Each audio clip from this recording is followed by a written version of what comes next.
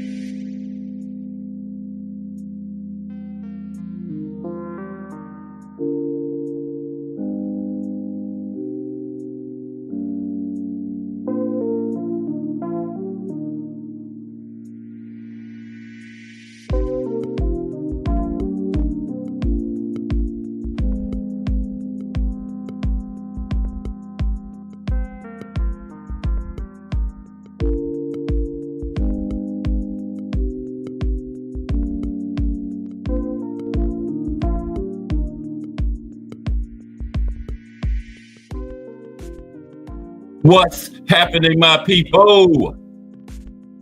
It's Cat Sports again, back for another afternoon with the family. Now, as usual, before I get started, let me give a shout out to the JBT community. It's just boxing talk. We're a group of people who just love to talk boxing. And we're always looking for others to join us. And you don't have to have a podcast. The only requirement is you just have to love to talk boxing. That's all. Miss Cass, hashtag JBT, Mike Mazik, Donnie Williams. Salute to everyone. And welcome to another episode of Cat Sports, the Box Historian.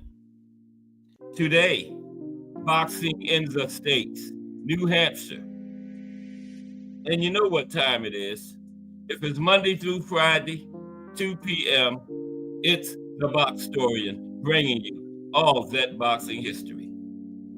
Boxing is the greatest sport of them all.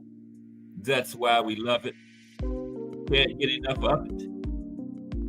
How's everyone today? It's the Thursday afternoon edition of Cat Sports, the Box Historian. That's right. Pulled right back up on another weekend. The Boxing in the States series continues today with New Hampshire. You know, some states are shorter than others, and we might have to have a backup plan today. And if we run a little short, we're going to review the best chins again.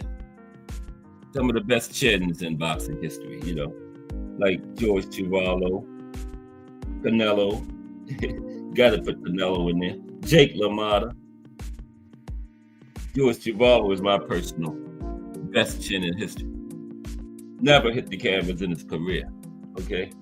Fought during the golden era of the heavyweights. Nobody could put him down, though. So that's what we're doing today. Boxing in the States, New Hampshire.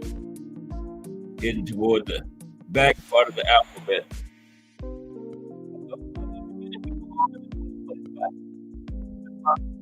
We only got a few more weeks. Like what? Like 3 more Thursdays, and then we'll be into 2025 with it. And yeah, we're gonna talk about New Hampshire.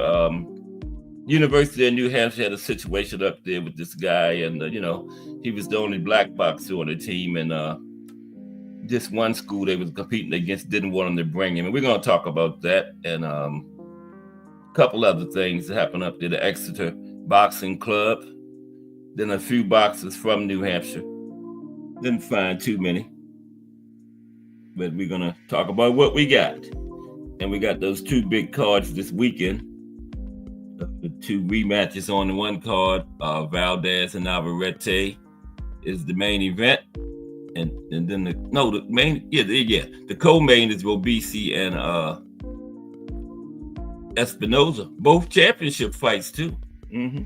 Both championship fights, both rematches, a great card.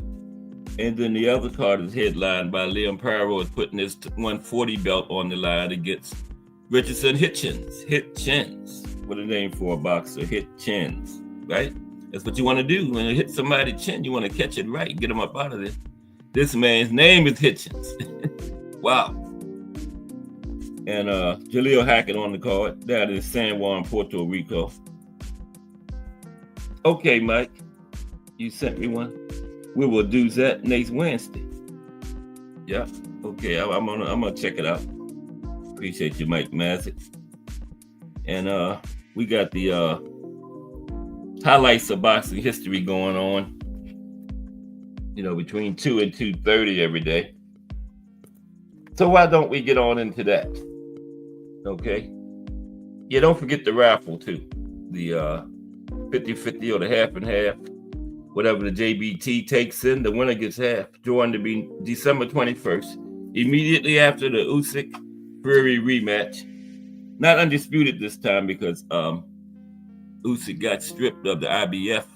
He was undisputed for like 5 minutes, but they can't take it from him. He's been undisputed in 2 classes, cruiserweight and heavyweight.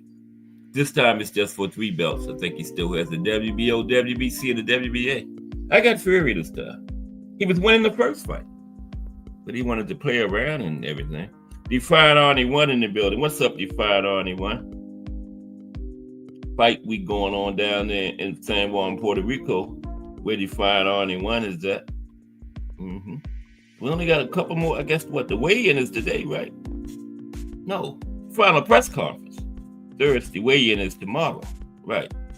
And then the fight Saturday. They get it on. Mm-hmm. So coming to the end of fight week, get ready to see that big card. Like I said, 2 big ones this week. The other card got 2 rematches, both championship fights. So that's going to be a good one. That's ESPN Plus. I think that's one from Arizona, right? Arizona has because that's where the first fight was at between them 2. Arizona, yeah. Arizona's become a big boxing place lately. Mm-hmm. And Jeff Chandler, yeah, I'm familiar with Jeff, Mike. That will be next Wednesday. Life and career of Jeff Chandler. Write it down as we speak. Mm-hmm. Anything like those other profiles Mike gave us, it's going to be a good one. Life and career of Jeff Chandler next Wednesday. Okay? So look out for that one. Okay, let's look at a little bit more boxing history highlights before we start up at 2:30. Let a few more people get it. But appreciate you, Mike. Yeah, Jeff Chandler next Thursday. Mike Ram in the building. I didn't even see him. Oh, there's Mike up there. I missed it. I'm sorry, Mike Ram. Mike Ram is in the building. Salute, Mike. What happened to the big fishing thing we were supposed to have, Mike? It got too cold now. I know Mike is into the ice fishing, but man, I don't know about that. I guess we have to have our fishing trip next spring or summer or something now. Mike said we can have an ice fishing contest. I don't know if everybody's down for that though, Mike. But yeah, there's always next year. Okay, let's look at some more boxing history highlights. We're going to look at the month of February today. Okay, boxing history highlights. We're going to cover February today. Some kind of boxing history that happened each day in February. Now, on February 1st, 1965, Floyd Patterson beat George Chuvalo by unanimous decision in a 12-round non-title clash. I was just talking about George. George is my best chin, number one chin in boxing history. George Chuvalo, yeah. Better than Canelo's or Triple G's or Big George, all of them, George Chuvalo. Never hit the mat in his life. We're going to talk about him later. That's the backup plan after New Hampshire, because New Hampshire is a little short one. February 2nd, 1980, Salvador Sanchez became WBC World Featherweight Champion by defeating Danny Little Red Lopez. You know, I told you about how incredible Salvador Sanchez was. You know, died at 22 in a car accident, still in the International Boxing Hall of Fame, still thought up to be one of the greatest featherweight of all time, and arguably the greatest Mexican fighter of all time, and only didn't go anywhere near his prime. 22 years old. Just think if he'd have went into his prime, he would no doubt be the greatest Mexican fighter of all time and the greatest featherweight of all time. And he's in the International Boxing Hall of Fame. I think he started about 15 or something like that. Yeah. February 3rd, 2006, Layla Ali defeated Gwendolyn O'Neill in her final fight of her career. She retired with an undefeated record of 24 wins, no losses, 21 by knockout. Okay, incredible for women's boxing. Only 3 people went the distance with her out of 24 fights. Okay, 21 knockouts, 87.5 knockout rate. That's got to be a record for the women. 87.5%. 24 fights, only 3 people went the distance with Layla. Wow. Okay. February 4th, 1979. Now look at this. Alexis Arguello retained his WBC World Junior Lightweight title against Alfredo Escalera. And guess what? Alexis Arguello is the profile tomorrow. Isn't that something? The explosive thin man. And he's part of the boxing history highlights. Wow, I didn't plan that.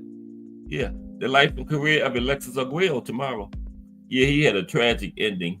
They say he shot himself in the head, but some people suspect foul play was involved. But it was officially declared a suicide. Yeah, and he suffered from what they call it,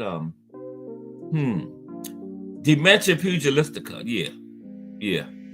A lot of those former boxers, especially from that period, because you know they didn't stop fights so fast back then, and the fighters took a lot more punishment back during that time, and most of them had it mildly. I remember Joe Frazier. I seen an interview a couple years before he passed. His speech was so bad it was almost like he was speaking with an accent, man. And Tommy Hearns, yeah, he's pretty bad. They all had that dementia pugilistica. None of them to the extent of Ali, but yeah, all those boxers from back in that time suffers mildly, at least mildly from it. And Alexis did too, yeah. And he had a trouble, after boxing life. We're going to talk about it more tomorrow, the more in depth, Alexis Arguello. February 5th, 2009, Joe Kawasaki retired unbeaten, 46 fights, no losses. 2-weight world champion, Joe Kawasaki. 17 of 17 champions retired undefeated. Joe Kawasaki was one of them. And Layla Ali, both of them we talked about today. 2 of those 17. February 6, 1967, Muhammad Ali unified his WBC World Heavyweight title with the WBA, defeating the WBA champion, Ernie Terrell, by a 15-round unanimous decision. And the story to that fight, all through the lead-up press conferences, weighing all that, Ali had just a couple years ago changed his name from Cassius Clay to Muhammad Ali. And Ernie Terrell refused to call him Muhammad Ali. And Muhammad Ali told him, before this fight is over, you're going to be calling me Muhammad Ali. And he beat it out of him, man. He kept hitting him with combinations, what's my name? And Eddie Terrell kept saying Cassius Clay. But by the end of the fight, he hit him with a combination, what's my name? Ernie Terrell said Muhammad Ali. He beat it out of him. February 7th, 1921. Jack Britton retained the world welterweight title with a 15-round decision over Ted the Kid Lewis. Ted the Kid Lewis lost that one. February 8th. You remember that, Define Arnie? Well, you probably heard about it. Yeah, he beat it out of him. Ernie refused to call him. He kept calling him his old name, Cassius Clay. And Muhammad told him, before this fight is over, you are going to call me Muhammad Ali. He told him that at one of the press conferences. And he beat it out of him. Mm-hmm. What's my name? Muhammad Ali. February 8th, 1888. Ad Wolgast, the Michigan Wildcat, was born. He would become the world lightweight champion from 1910 to 1912, had a 2-year reign. The Michigan Wildcat, Ad Wolgast. So I guess he was from Michigan, right? Now, February 9th, 1991, Terry Norris defeated Sugar Ray Leonard, defending his WBC super welterweight title. And Sugar Ray had no business still in the ring then. Sugar Ray in his prime would have watched Terry Norris, but Sugar Ray lost to him in 1991. Sugar Ray should have been out of boxing. That last draw with Tommy Hearns, in which he really lost, that should have been his final fight right there. And Sugar Ray kept going until he finally suffered his first stoppage to Hector Camacho in the 90s. Then he finally learned his lesson and retired after being stopped for the first time. Yep. February 10th, 2007. Shane Mosley became WBC welterweight champion by defeating Luis Collazo. February 11th, 1990. This is the big one here. Buster Douglas defeated Mike Tyson in an upset victory. Upset is an understatement. 42-1 underdog Buster was, man. And that's just not the biggest upset in boxing history. Arguably the biggest upset in sports history. 42-1 underdog, man. And went in there and beat Mike. And a lot of people say Mike didn't train, was out of shape. No. Buster came in there in shape, ready. Big, tall, rangy guy with a busy jab, not intimidated, took the fight to Mike. But the unfortunate thing was, we never saw that Buster Douglas again. You know, he fought Holyfield. Holyfield washed him in his first defense. But they said Buster ballooned up to 400 pounds in between fighting Tyson and Holyfield. So yeah, that Buster Douglas would have been a problem. The one that beat Mike Tyson. He was the carbon copy of what people had always said would take to beat Mike Tyson. A big, rangy guy with a good, busy jab, not intimidated. But we never saw that Buster Douglas again. Unfortunately. I would have loved to see that Buster Douglas against Riddick Bowe and Lennox Lewis and all those guys, but Buster didn't want it. He didn't make one successful title defense, lost his first defense. Then on February 12th, 2011, Arthur Abraham defeated Stepan Barzik. That sounds Swedish. February 13th, 2010, Nonito Donaire defeated Manuel Vargas to defend his interim WBA World Super Flyweight title. I need a drink right now. Excuse me for 1 second. My words wasn't coming out right. That should do it. Okay, let's continue. Nonito Donaire. February 14th, Valentine's Day, 1951. And guess what happened? The St. Valentine's Day Massacre. Sugar Ray Robinson defeated Jake LaMotta in the final fight of their 6-fight series, becoming the undisputed world middleweight champion. And yeah, Jake took a beating, but he didn't go down. And like I told you yesterday, Jake only went down once in his career, and he was paid to go down. He took a dive in that one.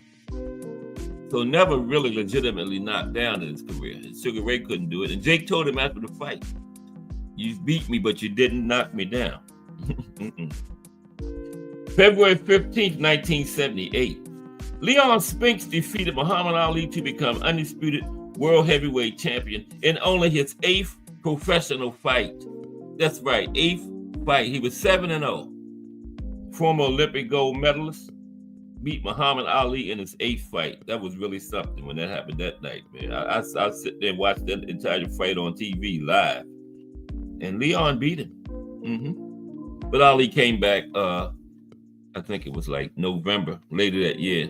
September. Well, later that year, and took the belt back.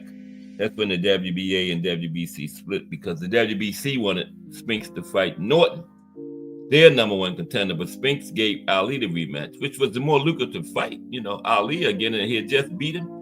So yeah, he probably made his biggest payday in the second fight. But the WBA continued to recognize Leon, but the WBC, they split. The WBC started recognizing Norton after that fight. Then on February 16th, 1970, Smoking Joe Frazier beat Jimmy Ellis to become the world heavyweight champion, WBA. Smoking Joe got his first title. Yeah. February 17th, 1941, Joe Louis defeated Gus D'Orazio for his 14th consecutive title defense. And he made 11 more. Remember, he made 25 straight. That's the record. He was on number 14, February 17th, 1941. Nobody thought he would make 11 more of them, but he did. And all the time, only 2 people went the distance with him. Some people say 26, some say 20. I think it's 25, really. And only two and he stopped 23 of them. Right? Incredible. Excuse me for a minute. Something's burning something. Be right back. Something burning? Oh, come in here. Oh, okay. All right.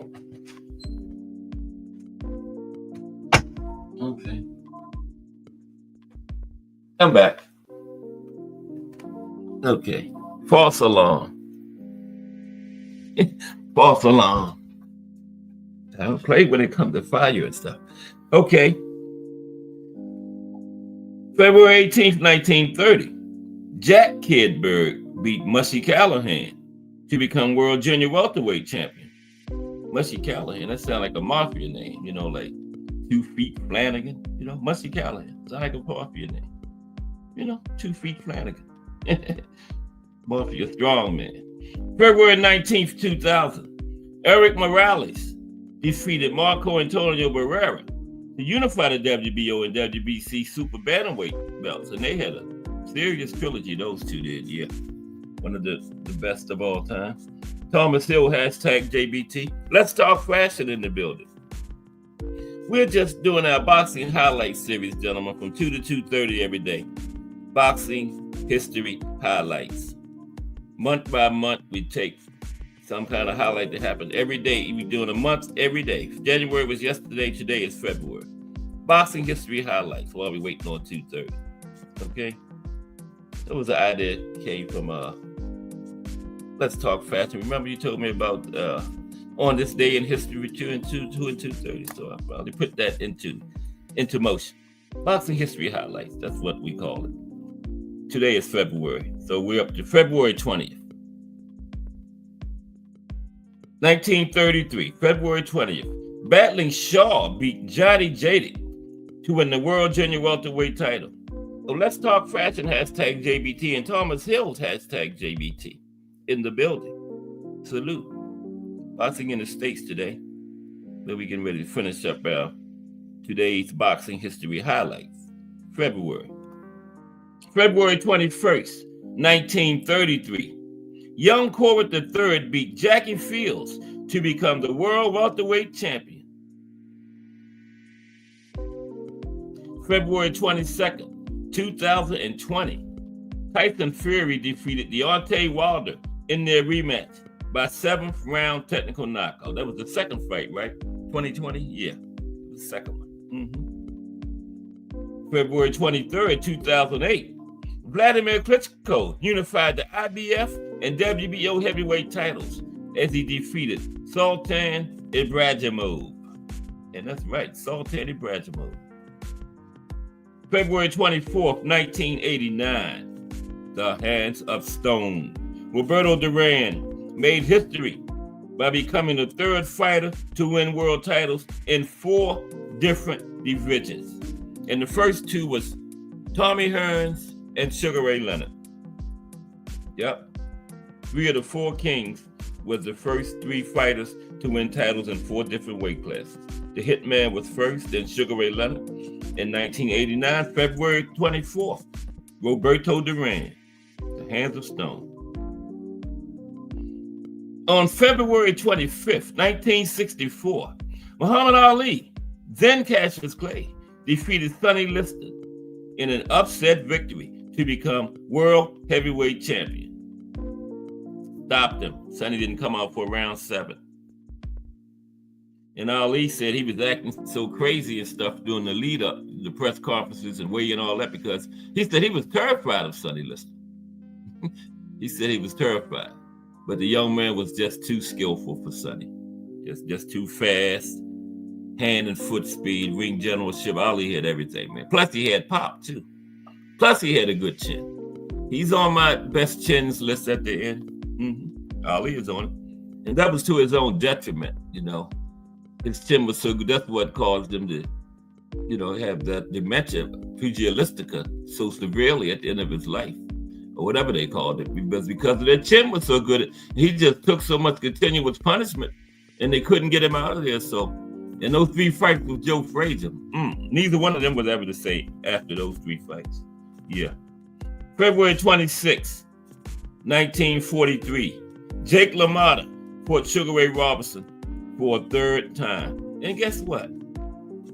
That was their 2nd fight in 3 weeks.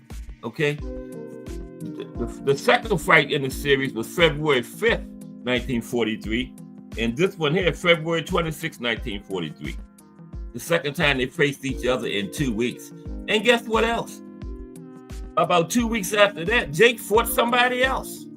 So it had 3 fights in about a month's time. Sugar Ray, February 5th. Sugar Ray rematch, February 26th. And then he fought somebody else about like the 1st or 2nd week in March. Jake LaMotta. Incredible. February 27th, 1937. Doug Jones, the American heavyweight boxer, was born. Now, he is best known for his 1963 fight with Muhammad Ali. He was in Cassius Clay. And that fight resulted in a loss for Doug Jones. And finally, February 28, 2009, Juan Manuel Marquez, Juan Manuel Marquez defeated Juan Diaz via 9th round TKO to win the WBA and WBO lightweight titles. That's it for February. Guess what time it is? 2:30. I'm bad, ain't I? 2:30. Time to start the show. That was just luck. I did not plan that to come out that way. Wow. So let's get ready to talk about boxing in New Hampshire. Okay. Yeah, Mike Webster said he's a year-round fisherman. Yeah, I know. I heard about that ice fishing. You might get Remo to go out there and do some ice fishing with him. Yeah, I'm not though. We might have to have a fishing expedition next spring. Yeah, but I know Mike is a good ice fisherman. Well, let's get ready to get started with boxing in New Hampshire. Going to run kind of short because then we're going to talk about some chins again. Best chins in boxing history. George Chuvalo is my personal best as far as chins. Yeah, that man never went down in his career. Not once. Had some losses, but never went down. And fought in the golden era of heavyweights. Okay? So tomorrow we continue with March. Let me write that because I'll be the forgot. Let me write that down. March. Boxing history highlights. 2 to 2:30 every day. So y'all got to get here early now. Can't just show up at 2:30 no more. Okay? Because you're going to miss the boxing history highlights. And we see some good highlights in there. Mike Mazick, Mike Grimm, and Define Arnie won, and Donnie Williams. Some good highlights in there, wasn't it, gentlemen? Okay. So gotta get there at about 5 after 2. Yeah. Okay. New Hampshire. We just got a couple significant events that happened up there. Not a lot of history. And we're going to talk about the boxing in Exeter, New Hampshire. EXETER, New Hampshire. Exeter. How's everybody today? We pulled up. Well, we got 2 good cards this weekend, man. 2 rematches, both championship fights on one card. Valdez and Navarrete, and then the other card we got Richardson Hitchens and Liam Parrow and Jaleel Hackett on the card too. Down in San Juan, where Define Arnie one is at. Yeah, the Roberto Clemente Coliseum. Roberto Clemente from the Pittsburgh Pirates back in the 70s. Willie Starger, Manny Sanguin, all of them boys. They beat my Orioles in the World Series. I was hurt. Yeah, Exeter, New Hampshire. Okay. Now, let's see. Exeter, New Hampshire. This is the Exeter Boxing Club. Some old pictures. It's a picture of the Exeter Boxing Club.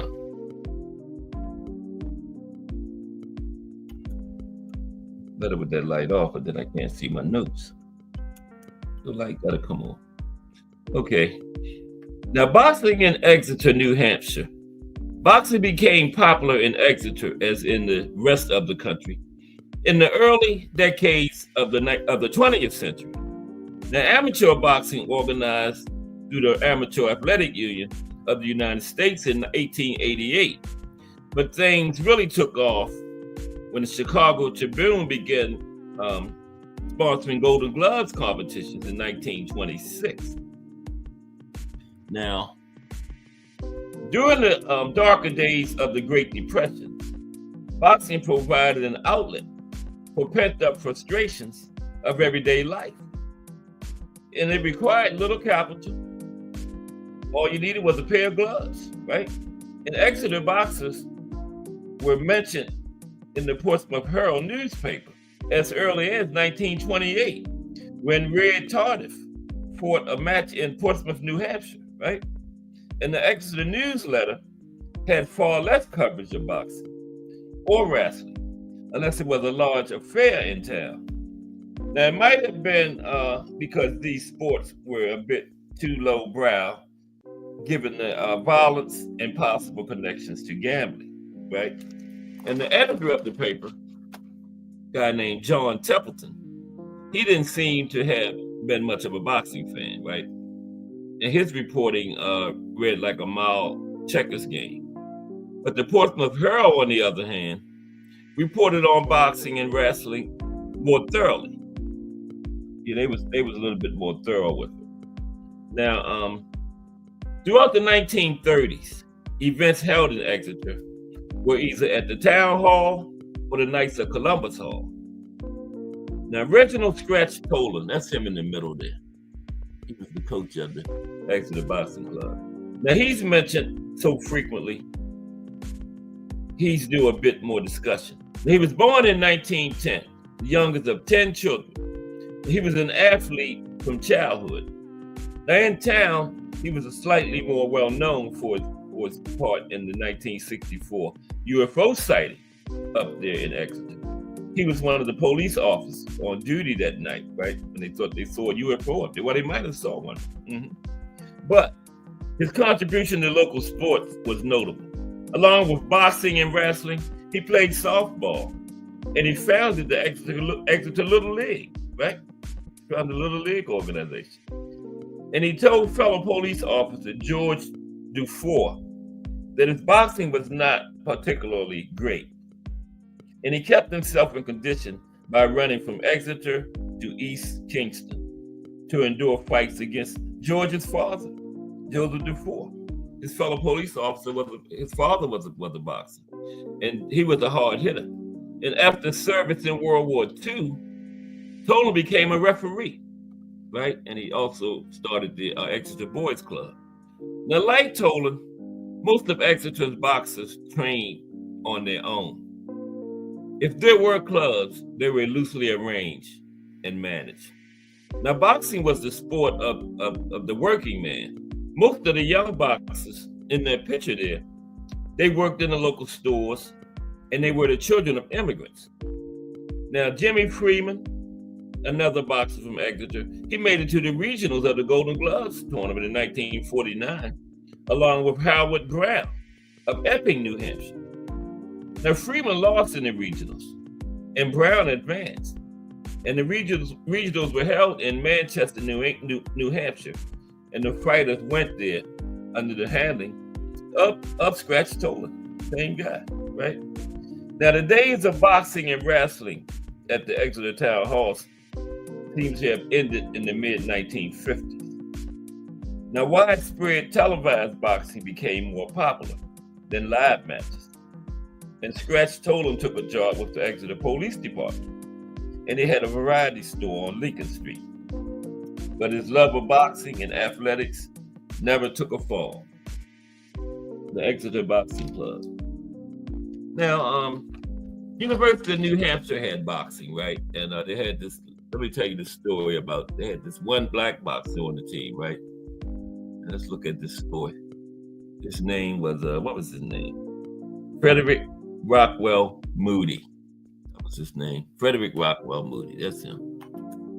Yeah, he's black. When I first looked at him, I said, that guy ain't black. But yeah, he is. Okay. This is called Freedom Fighters, University of New Hampshire. Okay. Now, Frederick Rockwell Moody, he was a formidable opponent, right? A three-sport athlete. He lettered in football, baseball, and boxing. But it was in boxing that he excelled. Right? Lettered in football, baseball, and boxing, but boxing was his really big sport. Now, he had learned to box in high school in Pennacook, New Hampshire. In his first year at the University of New Hampshire, he quickly became the undefeated star of the freshman squad. So it was a crushing blow when the day before the opening meet of the season, right, 1934 boxing season, the day before, he turned in his uniform and equipment to the boxing coach, right? And the controversy erupted when Moody, who was black, was told that he would not be allowed to participate in the upcoming meet against the U.S. Coast Guard Academy. Yeah, the first meet of the season was at the U.S. Coast Guard Academy. And they wrote a letter to the athletic director at University of New Hampshire and said, don't bring this black boxer with you, right?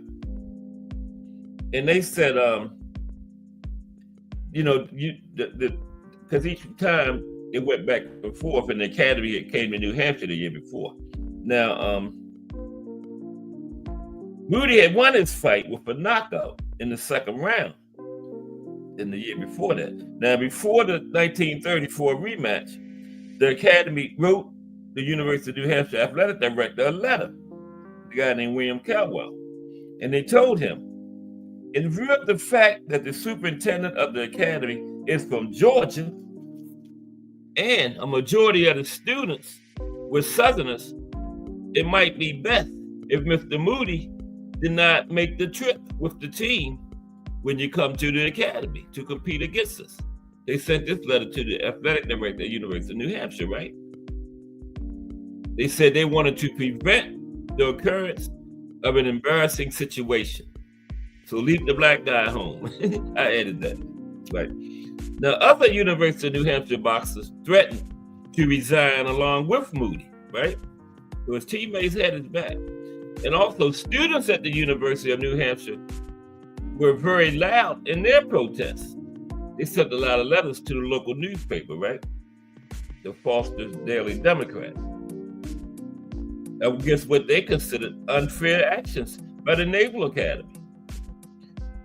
Now, the New Hampshire, a local newspaper, was inundated with letters from outreach students who believed that the University of New Hampshire should have forfeited the meet rather than go without Moody, right?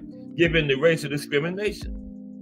Now, in a meeting with Moody and the rest of the team, the athletic director, Mr. Cowell, explained that he had agreed with the academy request to not send Moody with the team because there was only one other college on the boxing schedule, right? But still, what did I just wouldn't I would have just boycotted the school, wouldn't have went at all, right? And he said he believed Moody would make the sacrifice to save the schedule for the year. Now, mollified by Cal's explanation and the support of his classmates, Moody rejoined the team. You know, first he was turning his equipment in, but he decided to stay on the team, right? And but he did not go with the team to the Coast Guard Academy. You know, they still had to meet, but Moody did not attend. And the following year, Moody was selected captain of the boxing team. And although the season was declared to be a success, they only had 4 competitions that year. And the following year, boxing at the University of New Hampshire quietly faded away. Yep, quietly faded away the following year. No more boxing. But yeah, they should have just boycotted the entire event. That would have been the right thing to do, you know.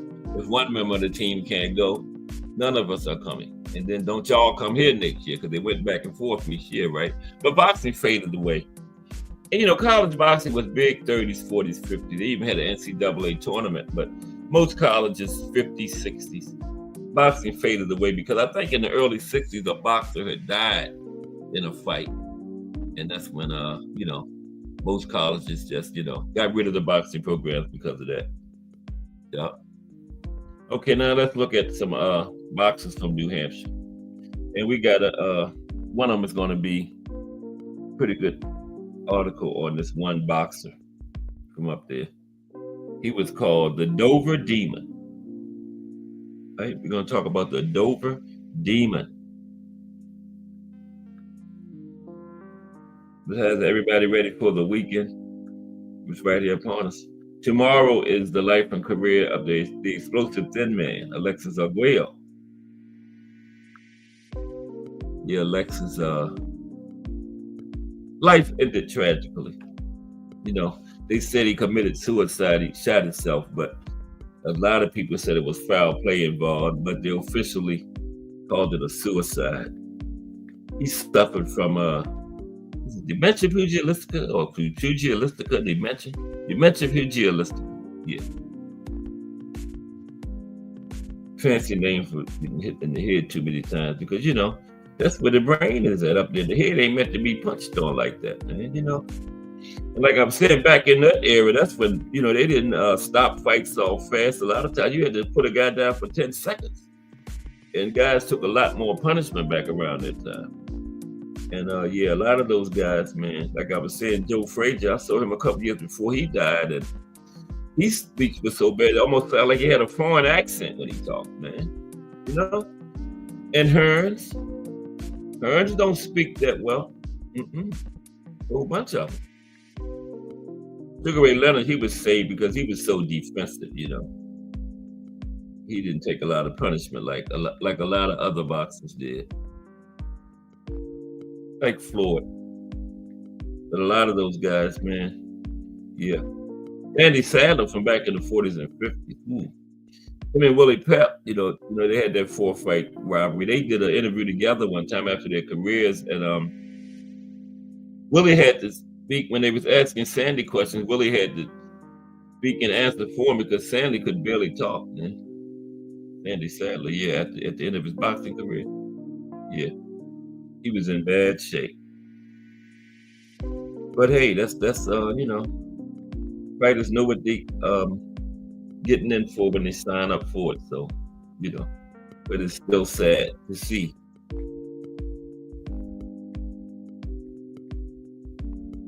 And we're gonna go more deeper into the explosive thin man tomorrow. Yeah. Had a very troubled life after boxing. Okay, but here we go. Let's talk about The Dover Demon, I think.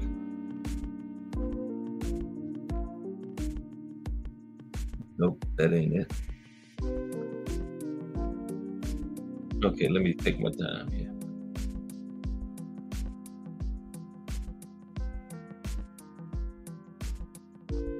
Let me take my time.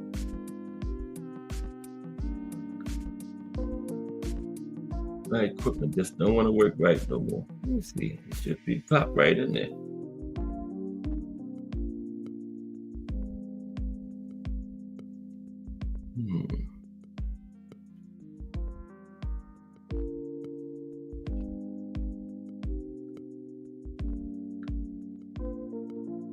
Yeah, the Dover Demon.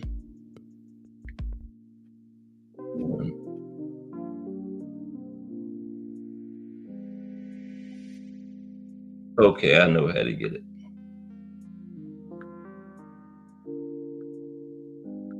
We got a profile coming up for Mike Rim next Wednesday. Was it Jeff? Forgot his name already, but I wrote it down. Jeff Chandler. It was Jeff Chandler. That's what I was getting ready to say. Let's get this going.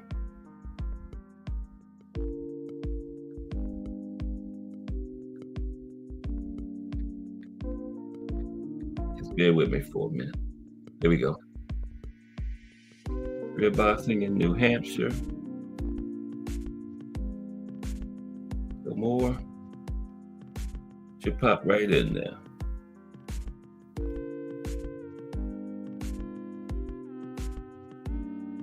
Nope.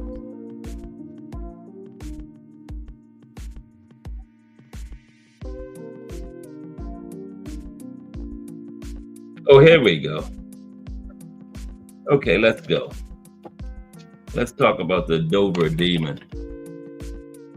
Yeah, I think that's the Dover Demon right there. Old picture.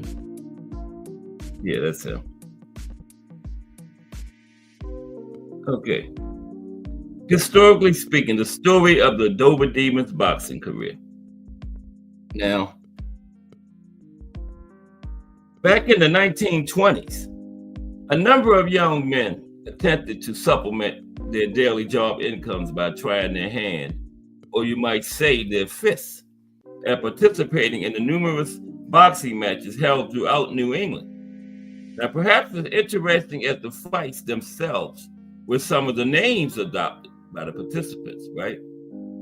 We have the Cannonball Cote, Gunboat Jack, KO, Liberty, Porky Diggins, Newsboy Curly, and K.O. Mayo, right?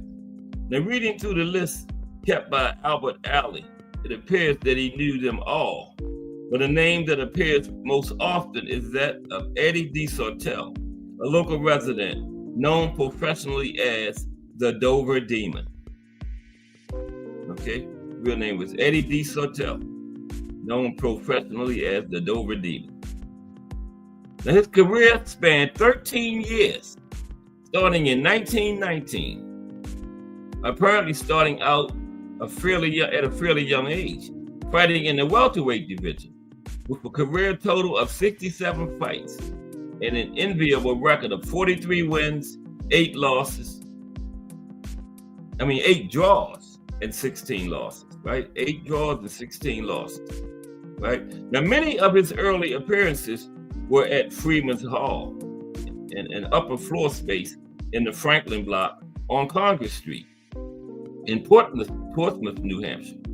Now, the first fight in Dover was in April 1924 at the Central Park Theater, part of the entertainment complex, then located alongside Willard Pond. And the first at Dover's Opera House was February 19th, 1925, right? And the Dover Demon got knocked out by Frankie Quill on that card. Now,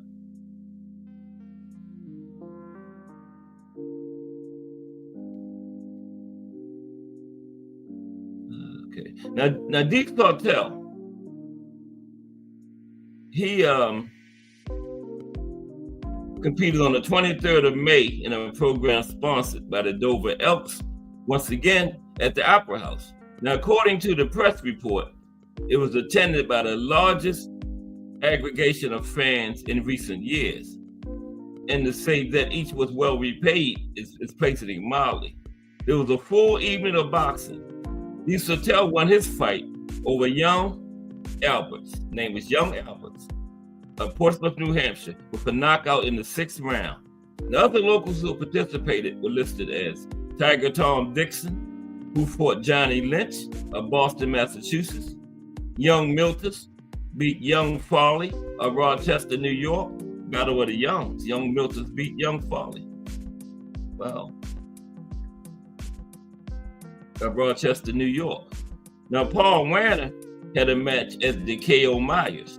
The event was notable because the referee for the main fights was listed as Patsy Haley, apparently a well-known referee from New York City, a nephew of William King Haley from Newmarket, who refereed the minor fights, on the lower card. And there were 2 other fights against Pete Pacheco at the Opera House October 19th and November 16th, 1928, both won by Lee Sortel. Or the Dover Demon, right? Won both of those fights. And his very last fight in Dover was another win, on points this time, against Billy Nelson on February 14th, 1929, Valentine's Day. And from there, however, the number of fights declined, as did the number of wins. In his last 11 fights, prior to hanging up the gloves in 1932, he just managed 1 win in his last 11 fights. The Dover Demon. Wow. Then let's look at a couple more boxers from New Hampshire, and then we're going to talk about some chins. Okay? Some of the top chins in boxing history. D for the win. What's up, D for the win in the building? Boxing in the States, New Hampshire. Little short one. And the backup plan is going to be some of the best chins in boxing history. That's like 15 of them. We're going to touch on them. Let's look at a couple more boxers from New Hampshire first. Okay, who's next? Guy named Jason Lee Hollier, something like that. Let me put it in there. I am with names. I know his first name is Jason. I got that right. His last name is L-E-H-O-U-L-L-I-E-R,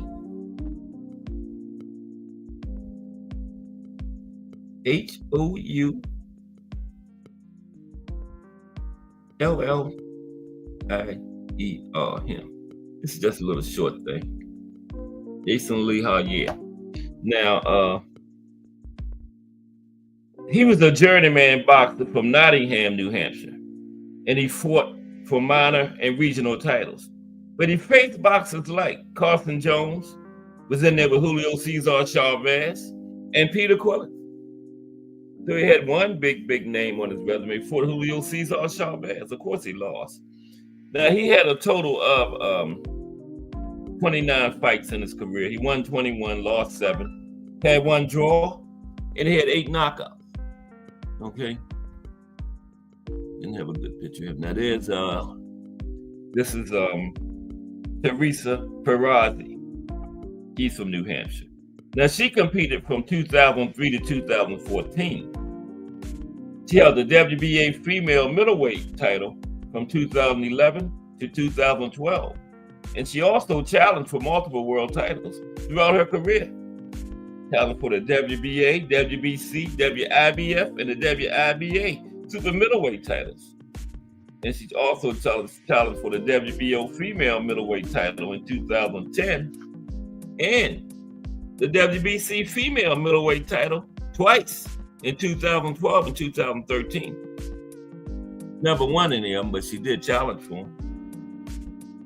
And she had a total of 17 fights in her career, of which she won 9, we lost 5.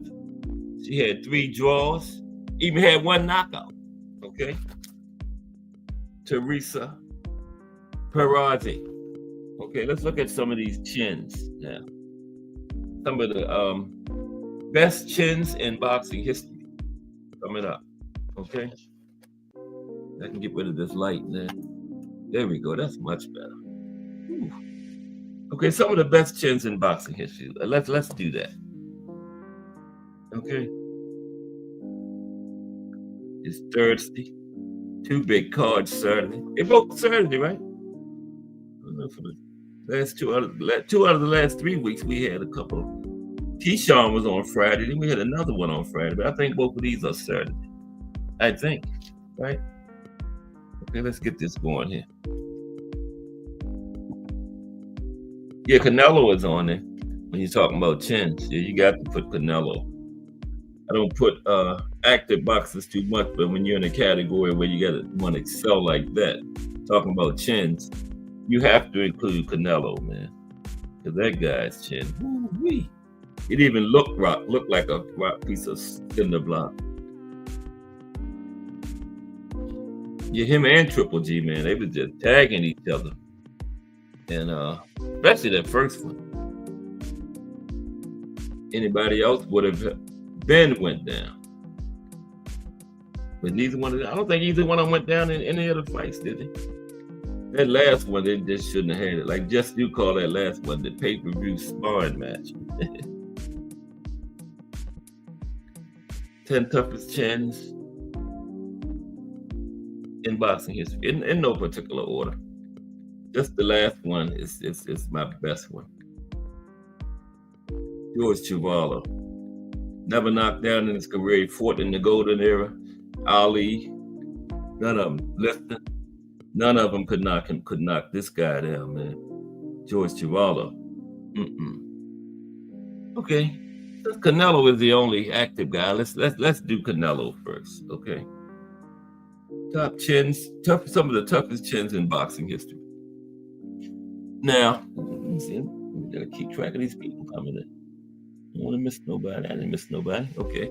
Now, over the years, there have been some incredibly tough fighters that have stepped into the boxing ring. And that goes without saying, as you have to be tough to accept. You have to be tough to accept 10, 12, or even 15 round boxing matches, even 3 rounds. Now, over the long history of the sport itself, there have been some incredible durable fighters. Okay? And these things, the phone keep jumping around on me. Now, it has been some incredibly tough fighters. But not every fighter is built the same. Some fighters rely on their cardio, some rely on their power. And these fighters we're going to talk about today rely a lot on their chins. Okay? And while these fighters didn't win every fight of their careers, it was nearly impossible to get them out of there before the duration of the fight. Most of them, went the distance. But first, Canelo. Let me get off of that. Just very brief little things on him. Canelo Alvarez, okay? Now, I don't think Canelo even ever been staggered. Tell you the truth.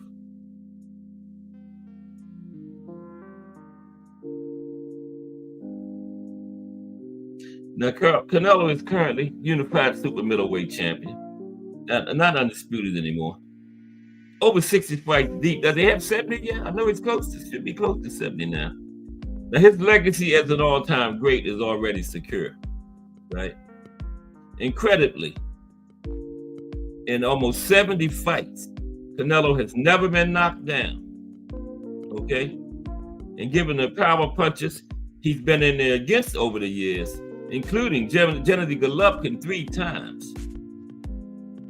Oh my goodness, come on. Bear with me for a minute. This phone. Been in there with Gennady Golovkin 3 times, right? That's saying a lot. Okay? Canelo Alvarez. Looking at some of the best chins in boxing history. Next is Oliver McCall. Yeah, Oliver had a good chin. Yep. Oliver McCall. Check off Canelo. We did. Now, Oliver McCall, he had won 59 fights, lost 14, had 2 no contests, right? What is that, like 65 fights? The Atomic Bull, right? And he faced many legends, heavyweight legends, or that heavyweight too. Now, Oliver McCall's legacy in boxing is a bit of a strange one. He was a former WBC heavyweight champion.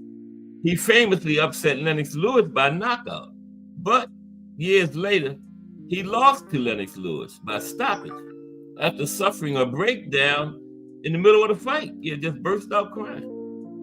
Now, interestingly enough, that stoppage loss was the only one of his career, despite fighting over 70 times, including several fights in his 50s. He was never stopped. Oliver McCall. Never stopped. One of the best chins in boxing history. Randall Tex Cobb. He had a good chin. Randall Tex Cobb. Mm-hmm. And he's largely known for that loss he had to Larry Holmes.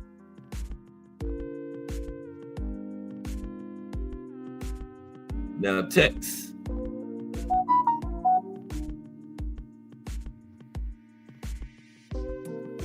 Okay, Randall Tex Cobb. I gotta make sure I'm on Randall Tex Cobb. Maybe I should change phones. Now, there were a lot of great heavyweights lost to time, and Randall Tex Cobb is one of them.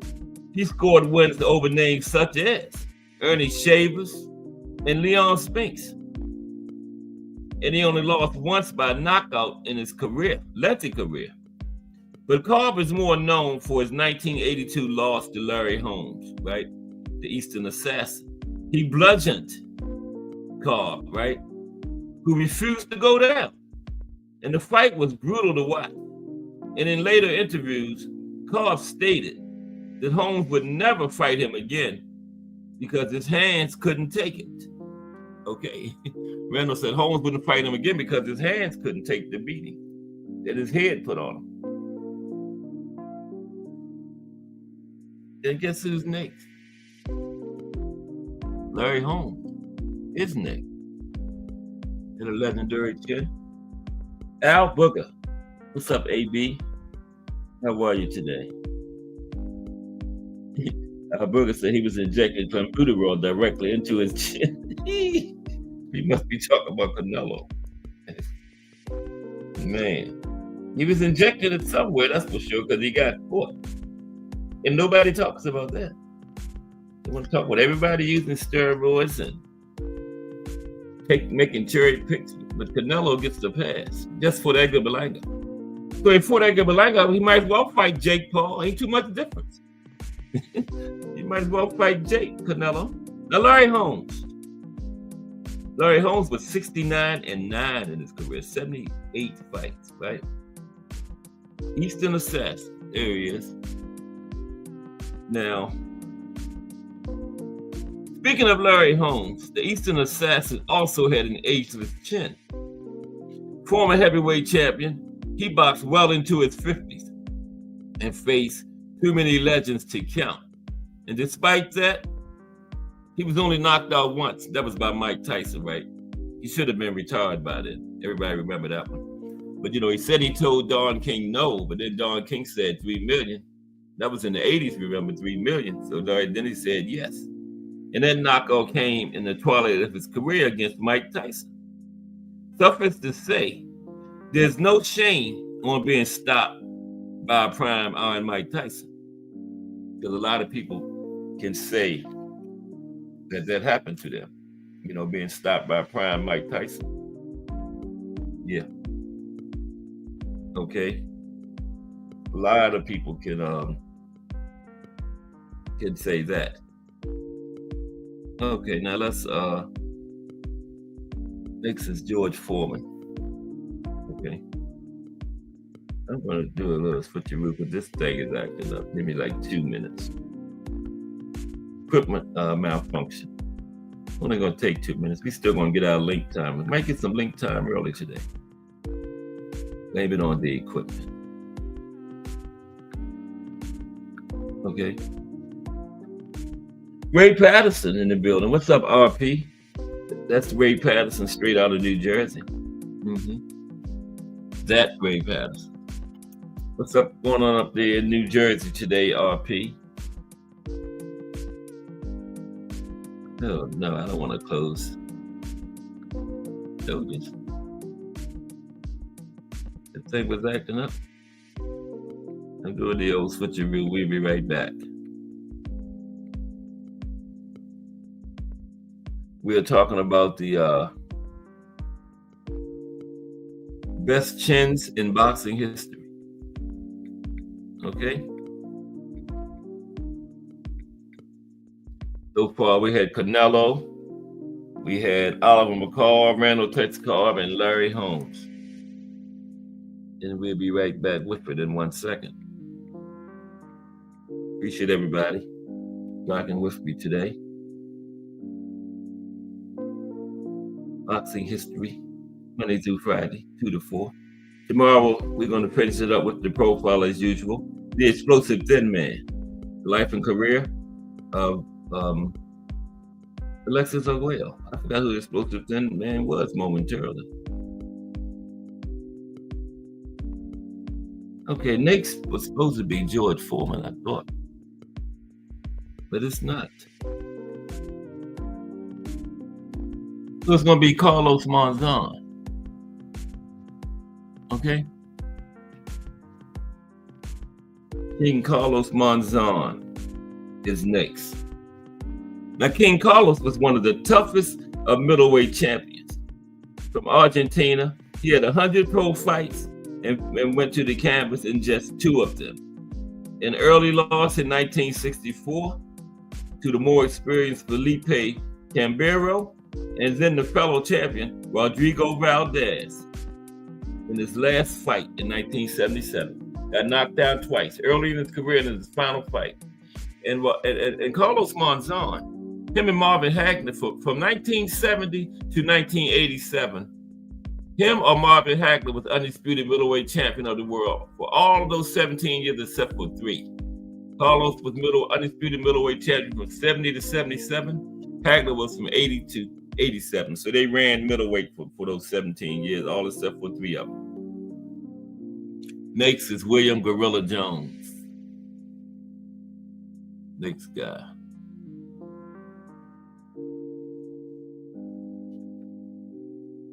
William Gorilla Jones. There's William. Now, in 144 fights, Jones was knocked down just 1 time. 144 fights, knocked down once. And that was by the great middleweight champion, Freddie Steele. 144 fights, knocked down 1 time. Now one of those great 1950s middleweights, Carmen Basilio. Carmen Basilio. Called him the Onion Farmer, and he was rugged. Beat Sugar Ray Robinson. Battled some of the all-time greats at both welterweight and middleweight. He was on the canvas just once in 79 fights.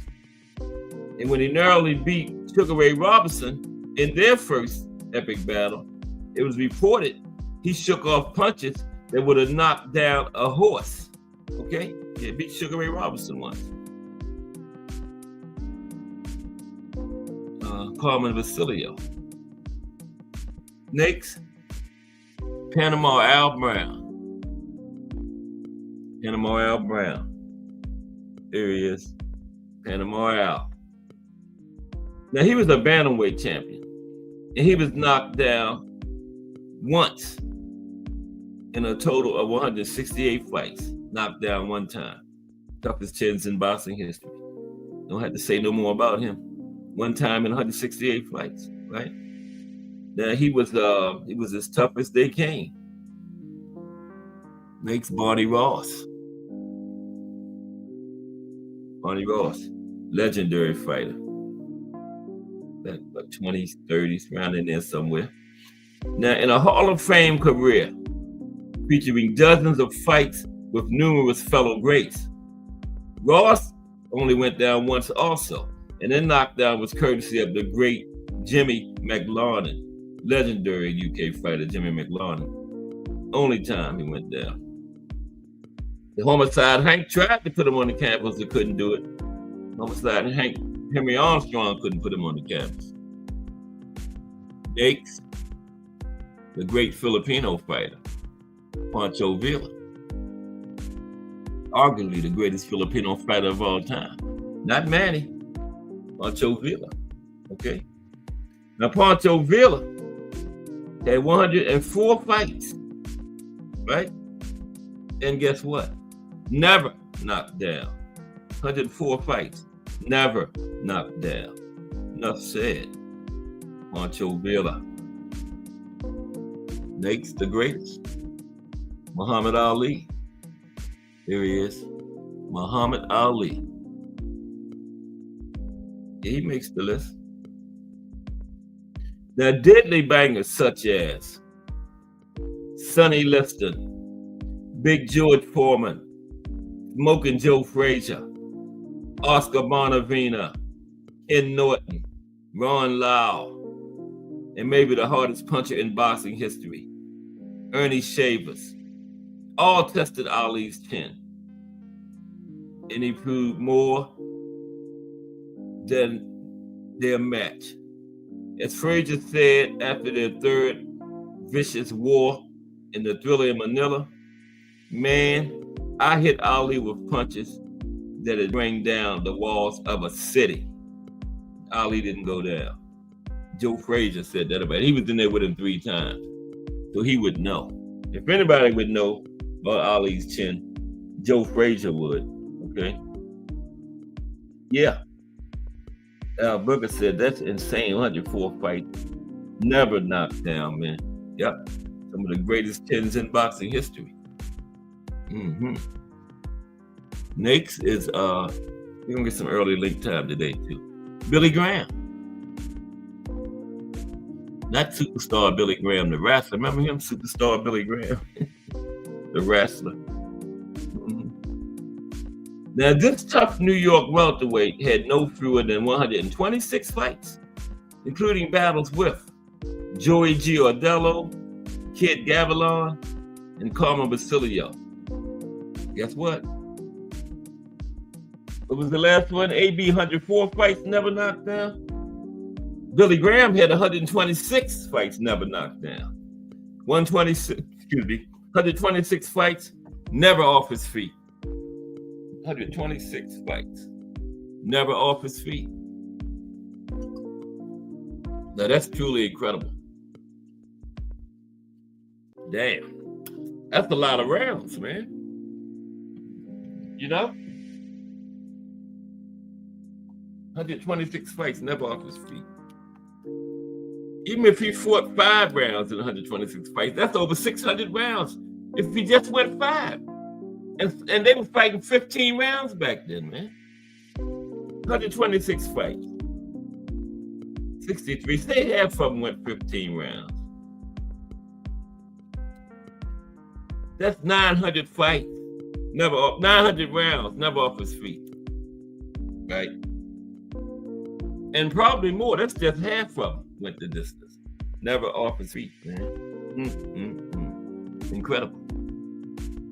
Billy Graham.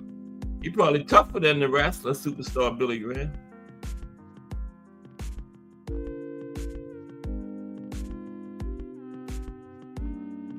Marvelous Marvin Hagler makes the list. And that was his real official name, Marvelous Marvin Hagler, because it was his nickname, but the commentators and nobody would call him Marvelous. So, you know, and they called Sugar Ray, and they called Roberto the Red, and they had the Stone, and they called Hearns the Hitman, but they wouldn't call Marvin Marvelous. So Marvin went and changed his name to Marvelous. He'll say, now that's my name, you gotta call me Marvelous, because that's my official name. He went and had his name changed to Marvelous Marvin Hagler. It wasn't a nickname anymore, it was his name. I don't know why they wouldn't call him Marvelous. But he changed his name to Marvelous. Yup, true story. Now, Hagler was the world's best middleweight for almost an entire decade. And he fought a host of heavy punchers, including Thomas the Hitman Hearns, John the Beast Mugabe. They could not put him down. He did go down once, but he said by Ron rode down, and he swore to his death that wasn't really a knockdown. Yeah. Bruce Gass said it wasn't a knockdown either. I can't remember it. I got to go back and look at that. But your Hagler always said that was not really a knockdown, but that was only one time. The Hitman couldn't put him down. John the Beast Mugabe, two of the biggest punches of that era, of any era, really. The Hitman and John the Beast. And you think Juan Rodon gonna put him down? No, I think it wasn't really a knockdown either. Now this might be one of the I got George Chuvalo, but this next guy could be the best ever too, Jake LaMotta. He went down once in his career, but he took a dive. He was paid to go down, right? Because the Mafia gave him $20,000. This was like in the 40s. And a chance for a title shot if he would lose this fight, right? So he took the dive. Testified before Congress that he took a dive. Only time he went down in his career. So really none. You know? In 106 fights, the Bronx Bull hit the deck just one time, right? And he said he took a dive on that one. He fought the great Sugar Ray Robinson 6 times. And even Sugar Ray couldn't put him down. Yep, Jake LaMotta. And then Kid Gavilan, he had a serious chin on him too. He had like 200-something fights. I don't know how many times he went down. We get ready to find out. I know he had about 200 fights. Kid Gavilan against the likes of Ralph Jones, Bojack, Tommy Bell, Ike Williams, Carmen Basilio, and the great Sugar Ray Robinson. Kid Gavilan proved his chin rock hard. He went down twice in 143 fights, 2 times. And my number one chin of all time is George Chuvalo. Yeah, he never went down. George did. That's him and Ali right there. Wait a minute. Oh, yeah.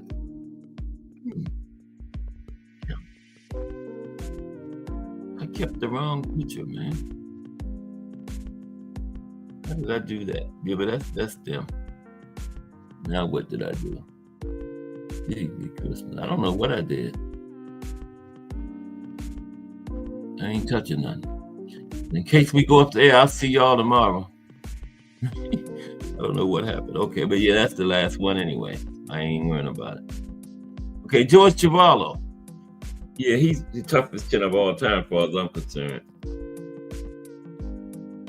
And like I was saying, he battled during the most competitive heavyweight era in history, right? He took the hardest shots from Ali, George Foreman, Joe Frazier,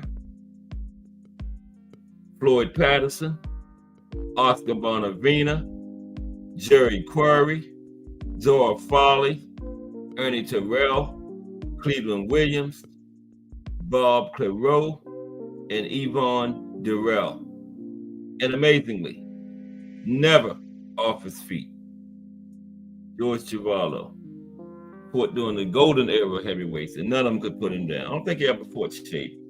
Now, honorable mention, The Rock, Rocky Marciano, Julio Cesar Chavez, Juan Laporte, Joe Grimm, Salvador Sanchez, Gene Tunney, Sugar Ray Robinson, Hector Camacho, Marion Wilson, Oscar Bonavita, James Toney, Johnny Risco, Harry Grab, Juan Manuel Marquez, Sugar Ray Leonard, Gennady Golovkin. Honorable mentions, okay? So now we're going to get a lot of link time today, since we always be cooking, and got to go off. We're going to get like 40 minutes today, okay? I'm going to drop that in there now. But yeah, George Chuvalo is my best chin of all time. You hear those names, and he, in the era he fought in, man, never won a title though, but he would definitely have a title nowadays if he was fighting. Probably be undisputed. You know? Yeah, right, Al Booker. For Jake, you talked when he took the dive, or Hagler, one of those, yeah. I would say for neither one of them. Jake took a dive. So yeah, I would say really no knockdown. And Hagler, I gotta look at that because he swore up and down that Ron Rodon didn't knock him down. He said it was a bad call. So I gotta look at it, you know. But you know, the referee called it a knockdown, so it's a knockdown on his record, right? But yeah, only one though. Only once. Okay, let me put the link in so we can chop it up some about some things. But these two big cards this weekend. You know, whatever y'all want to chop it up about. Yesterday was my 300th show, by the way. This is my 301st show. Wow, that's a lot, ain't it? Yep. 301. You can get 300 more.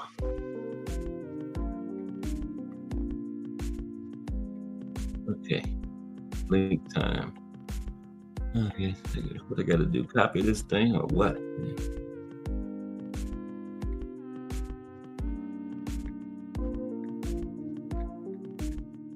Man, I was doing my walk this morning, get my exercise. It was cold out there, man. I don't do that. Why do I do that every damn day, man? Every day. I hit something. Don't mess with that. Yeah, it was cold, man. I was brisk walking. The hawk was out. I was walking as fast as you can walk and still be classified as walking. I was one step below running. Okay? One step below running. Yeah, that hawk was out, man. But you got to get your exercise, man. Look, let me be quiet for a couple minutes. I keep hitting the button early.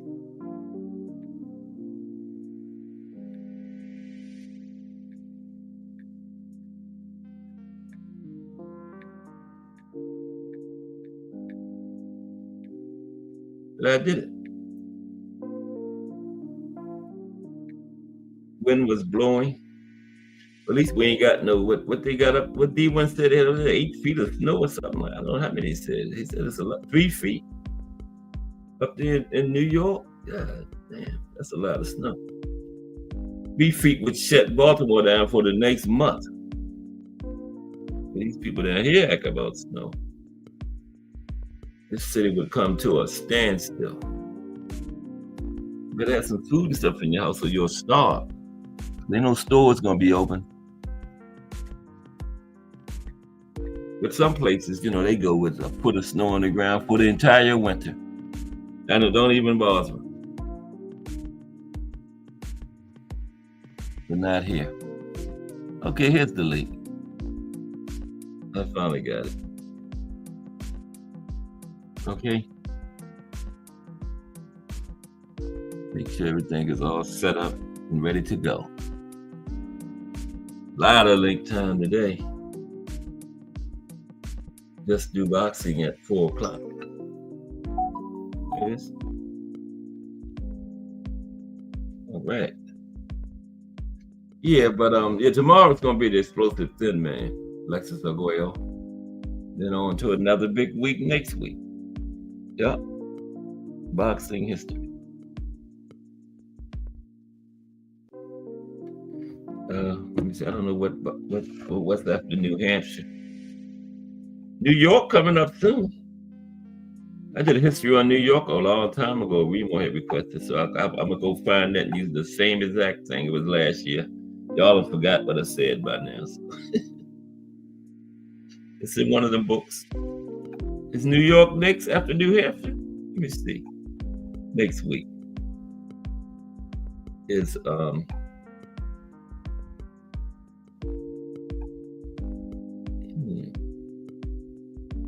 let me get that out of there. Next week is Boxing in the States will be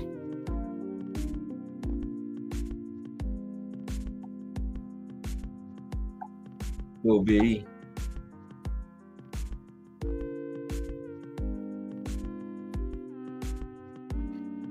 it might be New York. Let's see. New Hampshire.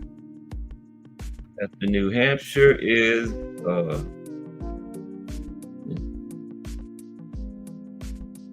New Jersey. Yeah, how could I forget that? New Jersey.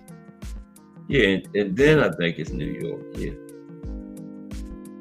Your state, RP, New Jersey. Next week, that should be a good boxing in New Jersey. Okay. Got some good boxers from New Jersey. Slick Shakur Stevenson. No, New Jersey, then New Mexico, then New York. Still got a lot to go too. Wow. It might be next summer before we finish this.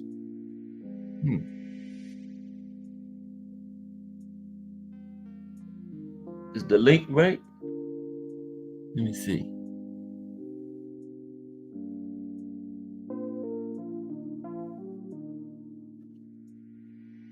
Okay. Let me go to the backup plan then. Let's see. NBB. BN Boxing News in the building. What's up, BN Boxing News? How you doing today? Oh, we had the short New Hampshire today. Boxing in the States. Okay, let's do this. Let's go back to our boxing history highlights for a while. Okay, look at some boxing history highlights that we do at the top of the show. Where we at? March. Okay, let's go to March. Get some boxing history highlights.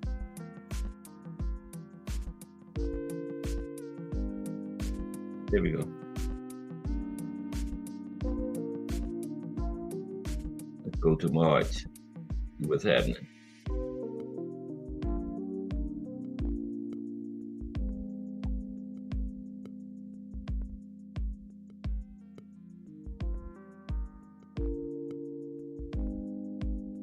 Okay.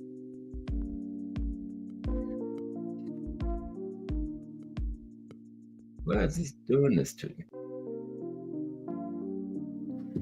Okay, I got to go back to the other plan.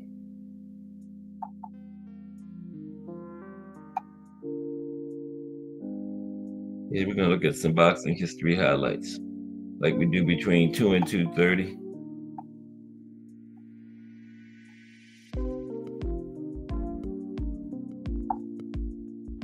Okay, here we go.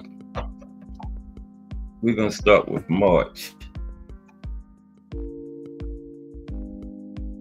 We did January and February. We're at March.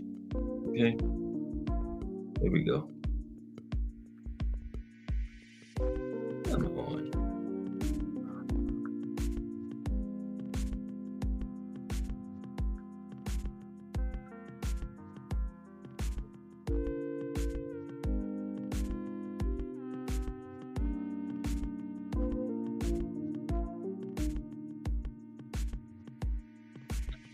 Taking forever. Okay, here we go. March.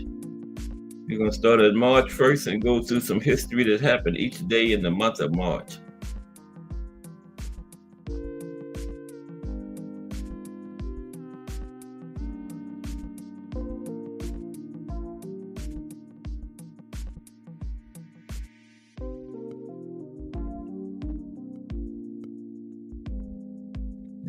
That's at February, man.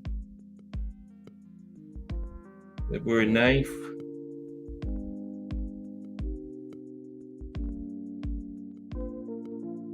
Okay. March 1st, 1949. Joe Louis retired after the longest single reign as champion of any boxer in history. Like 12 years, 25 title defenses. He retired, but he did come back. He didn't stay retired. March 2nd, 1985, Tony Jeffries was born.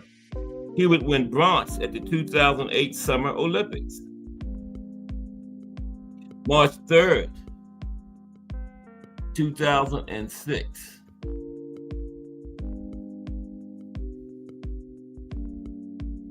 Joe Kawasaki defeated Jeff Lacey for the IBF WBO super middleweight unification. March 4th, 1961. Gene Fullmer retained the National Boxing Association's world middleweight title against Sugar Ray Robinson. It would be Robinson's last world title attempt. And that's the fight I show in the opening. Sugar Ray Robinson and Gene Fullmer. That's one of the three fights. First one is Rocky Marciano and Roland LaStarza, Joe Louis and Max Baer, and Sugar Ray Robinson against Gene Fullmer. Yep. And that was the last year the NBA was in existence. Remember 1962, they became the WBA because boxing was getting so international. They went from the National Boxing Association to the World Boxing Association. Now, March 5th, 1934, Barney Ross retained his world lightweight title against Frankie Click. March 6th, 1976, Wilfred Benitez became the youngest world champion in boxing history, winning the WBA light welterweight championship at age 17. And like I told y'all, he was still in high school. Some of his high school classmates were in attendance at the fight. March 7th, 1987, Mike Tyson unified the WBC and WBA world heavyweight titles by defeating James Bone Crusher Smith. March 8th, 1971, fight of the century. Second fight of the century because they had one way back into like the 1909, 010, something like that. But anyway, March 8th, 1971, Joe Frazier defeated Muhammad Ali in their first of three fights. It would be the most anticipated and publicized sporting event in boxing history. And 30 years later, on March 8th, 2001, later Ali beat Jackie Frazier live, the daughters of Ali and Frazier. Okay, so Ali won Ali Frazier 4 on the anniversary, 30th year anniversary. The daughters fought. Remember that one? On March 9th, 1987, the hitman Thomas Hearns became the 9th boxer in history to win world titles in 3 divisions, and the first American to do so since Homicide Henry Armstrong and the hitman defeated Dennis Andres, right? And he ended up getting his 4th and 5th and 6th. No, 5th. Hearns is a 5 division champion, okay? I think Oscar is only 6. Manny is only 8. 3 5s. Hearns, Sugar Ray, and Floyd Mayweather Jr. March 10th, 2007. Vladimir Klitschko defended the IBF heavyweight title against Ray Austin. March 11th, 1947. Manuel Ortiz regained the world bantamweight title with a 15-round decision over Harold Dade. March 12th, 2011, Miguel Cotto defeated Ricardo Mayorga to retain his WBA world light middleweight title, 154. March 13th, 1999, The Real Deal, Evander Holyfield and Lennox Lewis meet in a unification heavyweight fight at Madison Square Garden. And the fight ends in a very, very, very, very, very, very controversial draw. Lennox won that, but they called it a draw. Yeah. March 4th, 2009. I was going to say glass chin. Amir Khan defeated Marco Antonio Barrera. Amir could box, though. Just had that chin, man. You know? March 15th, 2008. The Pac-Man, Manny Pacquiao, became the Ring Magazine and WBC Super Featherweight champion by beating Juan Manuel Marquez in one of their 4 fights. Melanie Queen 27 in the building. What's up, Melanie Queen 27? How are you today? just talking about some boxing history highlights. The New Hampshire history ran a little short, so I want some boxing history highlights today. Let me see something. Let's check something real quick before we continue.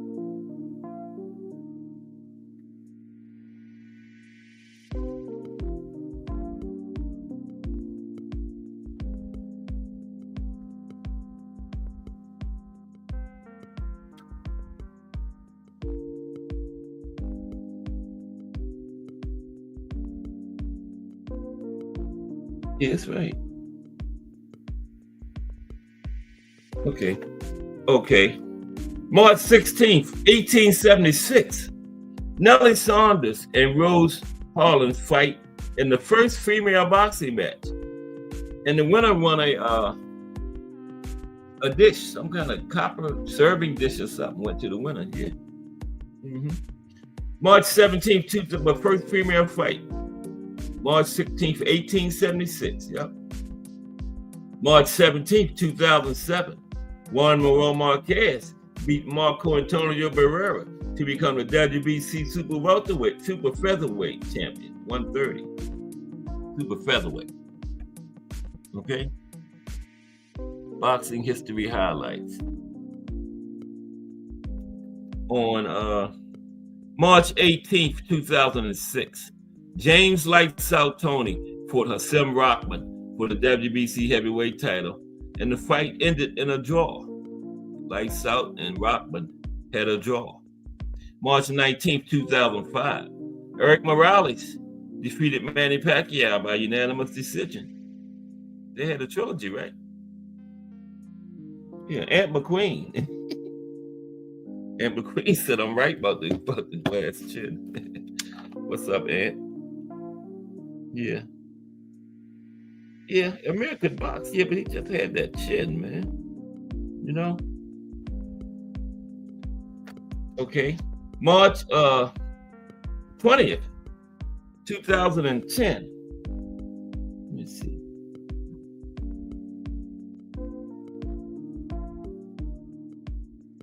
I'm gonna pin that. Wait a minute. I done hit my own link when you do that.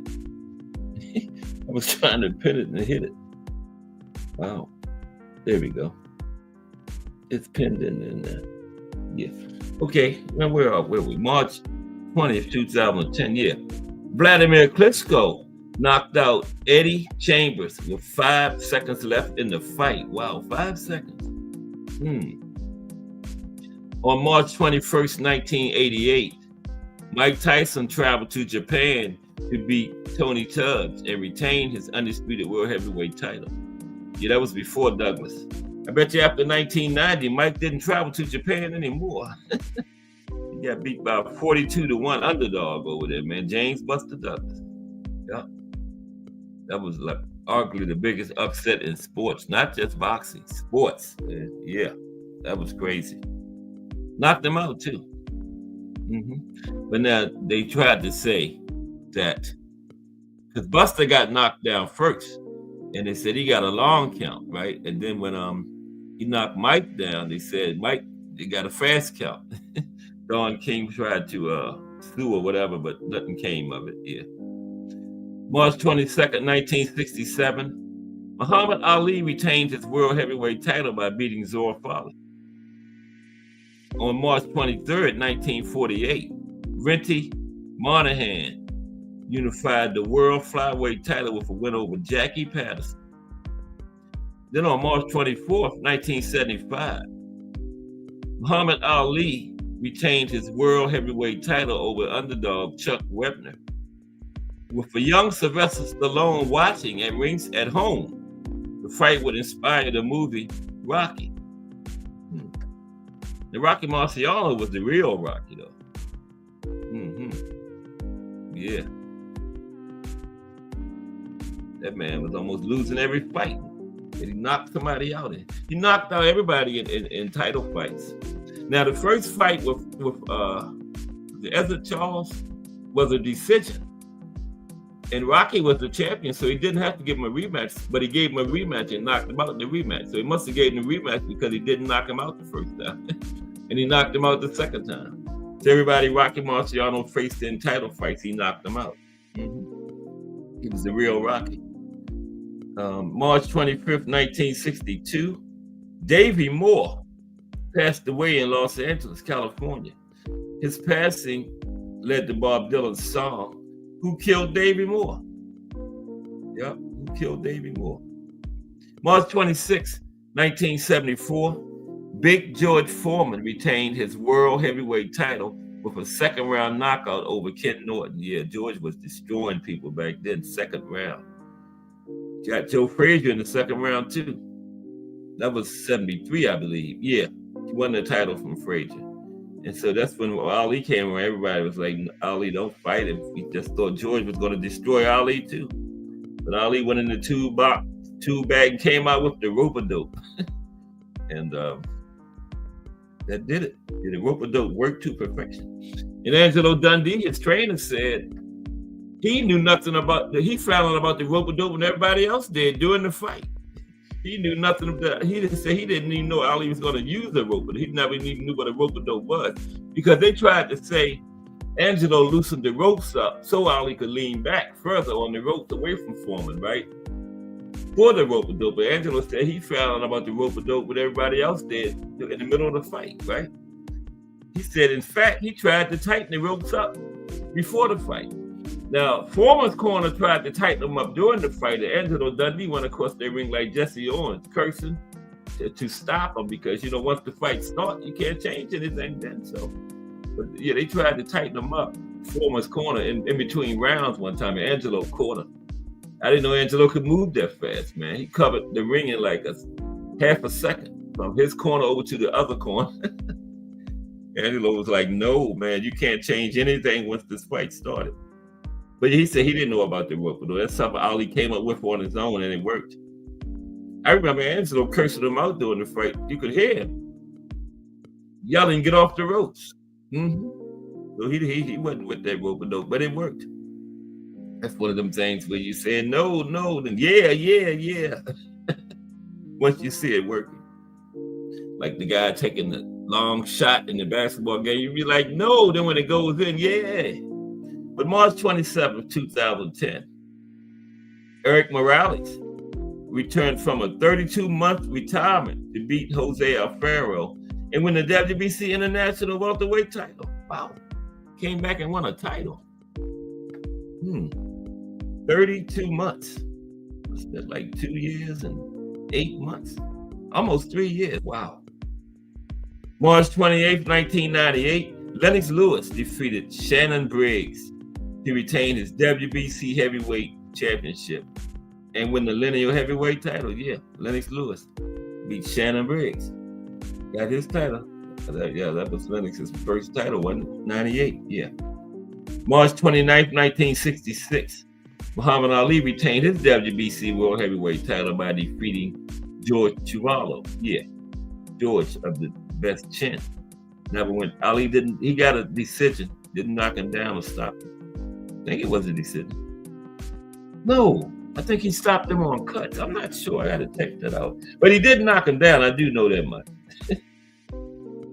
I think it was a decision because Chuvalo made the statement that I'm going out to dinner with my wife and Ali in the hospital because Chuvalo was putting some serious body work on him. And Ali did go to the hospital after that fight. Yeah, it was a decision. Yeah. Chuvalo was putting in some serious body work. And yeah, Ali went to the hospital. Chuvalo said, I went to dinner with my wife after the fight. But George, there was one little thing though, you lost. You still lost. So that's what counts. March 30th, 1965, Jose Torres became the first Hispanic light heavyweight champion in history by knocking out Willie Pastrana in 9 rounds. And Jose was a Customato fighter. One of Custis boys, Jose Torres, yeah. And March 31st, 1973, Ken Norton became the second boxer to defeat Muhammad Ali. breaking his jaw in a 12-round split decision. And they say he broke it in the second round, but I don't believe that, man. Ain't nobody fighting no 10 rounds with no broken jaw, man. Constantly getting hit on it. I think it was done later in the fight. I really don't. I really never believed that, man. That second round nonsense. You got to be a tough man, because you know you're going to get hit on it, and you're going to last 10 more second round and then go 10 more rounds with a broken jaw. No, man, ain't nobody that tough. I know I ain't. That would have been it for me once it got broken. I would have went on down. I'm still getting paid, right? They ain't hit my jaw, my broken jaw anymore. There's a link, right?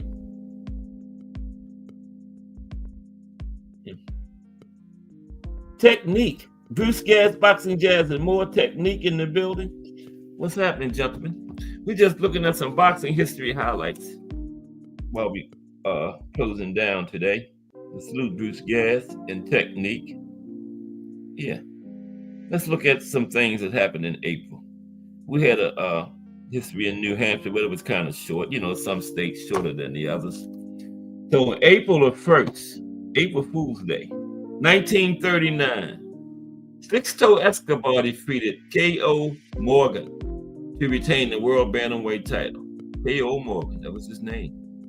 April 2nd, 2011, Giovanni Segura defeated Ivan Calderon in a repeat of 2010's Fight of the Year. Wow. They had the Fight of the Year 2010 and the rematch in 2011. Giovanni won again. On April 3rd, 2010, Bernard Hopkins defeated Roy Jones Jr. in a rematch of their May 1993 fight, in which Jones Jr. won the vacant IBF middleweight title. And they had the rematch 17 years later. Incredible. Wow. How many fighters have a rematch 17 years later? And you know, yesterday I was looking at it, I forgot what year it was, but Perry Wills and I think it was Sam Langford fought each other 22 times total. That's got to be a record for fighters fighting each other. These two guys fought 22 times, man. 22 times. Perry Wills and Sam Langford. Ain't that incredible? Fought each other 22 times. Wow. I'm gonna have to find out what the score was. You know, I mean, the number of wins against each other. March 4th, 1961, Ray Mercer was born. And Ray would win the heavyweight gold medal at the 1988 Summer Olympics, Seoul, South Korea. And he later had the WBO heavyweight title from 1991 to 1992. Damn, I missed Ray yesterday. Remember I did the list of people that won gold medals in the amateurs and heavyweight, and I mean world champions and the professionals. I missed Ray. I'm sorry, Ray. He didn't even make the list. Wow. But Ray did it. He won the gold medal in 88 in Seoul, South Korea. And he was the WBO heavyweight champion from 91 to 92. So Ray should have been on that list. April 5th, 1915, Jeff Willard defeated Jack Johnson after 26 rounds to win the heavyweight title. That was the one in Cuba, right? And it's always been said that Jack threw that fight. Him and Jeff Willard both denied it. But how would Jeff Willard know if Jack Johnson threw it? You know? But Jack always denied it. Just say he beat him fair and square. April 6, 1987, know what that was. Sugar Ray Leonard returned after 3.5 year absence without fighting anybody to defeat Marvin Hagler and win the undisputed world middleweight championship. Yeah, very disputed, controversial fight. I thought Hagler won, but the judges thought Sugar Ray won, and that's what counted.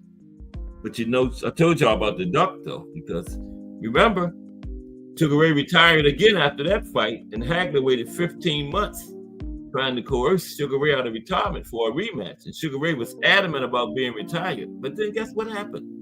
After 15 months, Hagler gave up and retired. Then guess who came back after 1 month? Sugar Ray Leonard. So that's a duck. He didn't even wait. He said that 1 month, the coast is clear, and came back. So he clearly did not want to get back in the ring with Hagler. I just wish once Sugar Ray came back 1 month later, I just wish Hagler would have came back just to see what Sugar Ray would have done. Probably retired again. But that is a duck, man. And Sugar Ray is one of my favorite fighters, but I call it right down the middle. That is a duck. Textbook definition of a duck, man. He didn't even wait. He said, Hagler retired, I'm going to wait a month to see if the coast is clear. And he came back, man. Bruce Gass says he got off the phone with Peter McNeely. Coming on for a show tomorrow. Okay. Bruce Gass will have Peter McNeely tomorrow. Okay. We got a time on that, Bruce? Can we get a time, or do you know it yet, Bruce Gass? I want to see that. Peter McNeely on Bruce Gass, Boxing, Jazz, and more. Tomorrow, Friday. Yeah. Oh, that's good stuff there, yeah. Bruce get all the good interviews. Mm-hmm. Peter McNeely tomorrow, okay. All right. And let's see. We're gonna finish. We're not even finished April. Sugar. April 7th, 2001. Marco Antonio Barrera defeated Nassim Hamed, the Prince. Mm-hmm. Best entrances ever, Prince. Remember the motorcycle ride and the flying carpet? And I forgot he did so many type of, not ring walks, ring entrances, because he used to ride to the ring. The Prince did. Nobody has ever topped that yet. I don't think that will ever be topped. April 8th, 2006, Floyd Mayweather Jr. defeated Zab Judah by unanimous decision to win the IBF welterweight title. Yeah, and all hell broke loose in that fight, man. Floyd Mayweather, there's the link right there. It's Define Arnie. Let me see. Where's the cursor? I gotta find the cursor. Oh, there it is. What's up? Oh, I didn't even hit the thing. Oh, there we go. What's happening, Define? I thought the link was wrong or something. How you doing? Did I get you in? Okay, how you doing today? I'm good. You just coming in? Yeah, just now. Okay, yeah, because I had the link in there since like 20 after. But yeah, we was just looking at some boxing history. But we will continue to. Let me write. Where were we? April 8th, 2006. But how are you today? Bro, I was so freaking nervous, though. Oh, you went to some of the fight week stuff today? Press conference, yeah. Okay. You was nervous? Did you get any interviews? With Jalil Hackett and Angel Gonzalez. Okay. Am I missing? No, I think that's, got a picture with a few fellas and recorded the whole thing, man. How the interviews go, okay? I got a thing with the nerves, but, don't let it get to me, just show up and do it. You made it through it, You just ask the question and let them do most of the talking, I was speaking with Bernard, and I was like, this is my first time doing this, sir. Like, how many questions should I ask? He was asking him that. Absolutely. Awesome guy, bro. Awesome guy. They really like. Yeah, Bernard is a good guy. I'm trying to get that off. Oh, man. So what do you think about, I think on the Turkey card, I got Callum Smith pulling the upset with Buatsi. You got Callum? Yeah, Buatsi didn't look so good against Willie Hitchens, I think it's his name. Yeah. Willie Hutchinson. Hutchinson, right. Yeah. Is Callum southpaw? Is Callum a southpaw? I'm getting him mixed up with somebody else. No, I think he's Orthodox. Yeah. Okay. Yeah, I'm getting him mixed up with somebody. Yeah, Callum. He's kind of young, right? Callum. Oh yeah, Liam Smith. Yeah. They're a family of fighters. Yeah, the guy that fought Eubank. Yeah. Callum is kind of young, right? Like 24, 25 or something, I think. I don't think so. I I think think I'm mixing him up with somebody else. Yeah. he's one of Yeah. these guys that he only lost to Canelo and Beterbiev. That's it. Right. You Right. know. Oh yeah.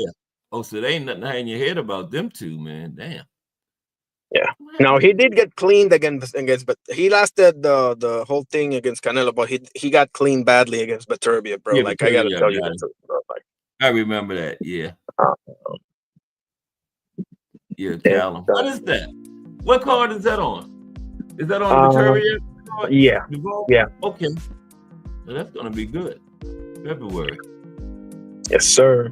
I was seeing Anthony Yard doing some interview, and I'm like, I'm beginning to like dislike him a little bit because Anthony Yard. Right. I mean, Mhm. you got this heck of a performance against Kovalev and Beterbiev, but your best win is Lyndon Arthur, and you're 1-1 against him. Right. Like, how on God's name you don't have a fight against Callum Smith or Joe Smith Jr. or Marcus Brown Yeah. or whoever. Mhm. Badu. But is Badu Jack still around? I don't remember. I But think so. I think yeah. he is. So Yeah. He don't fight how that do you much, not but I think he's still active. Yeah. how Yep. do you not have a fight against at least one of those dudes?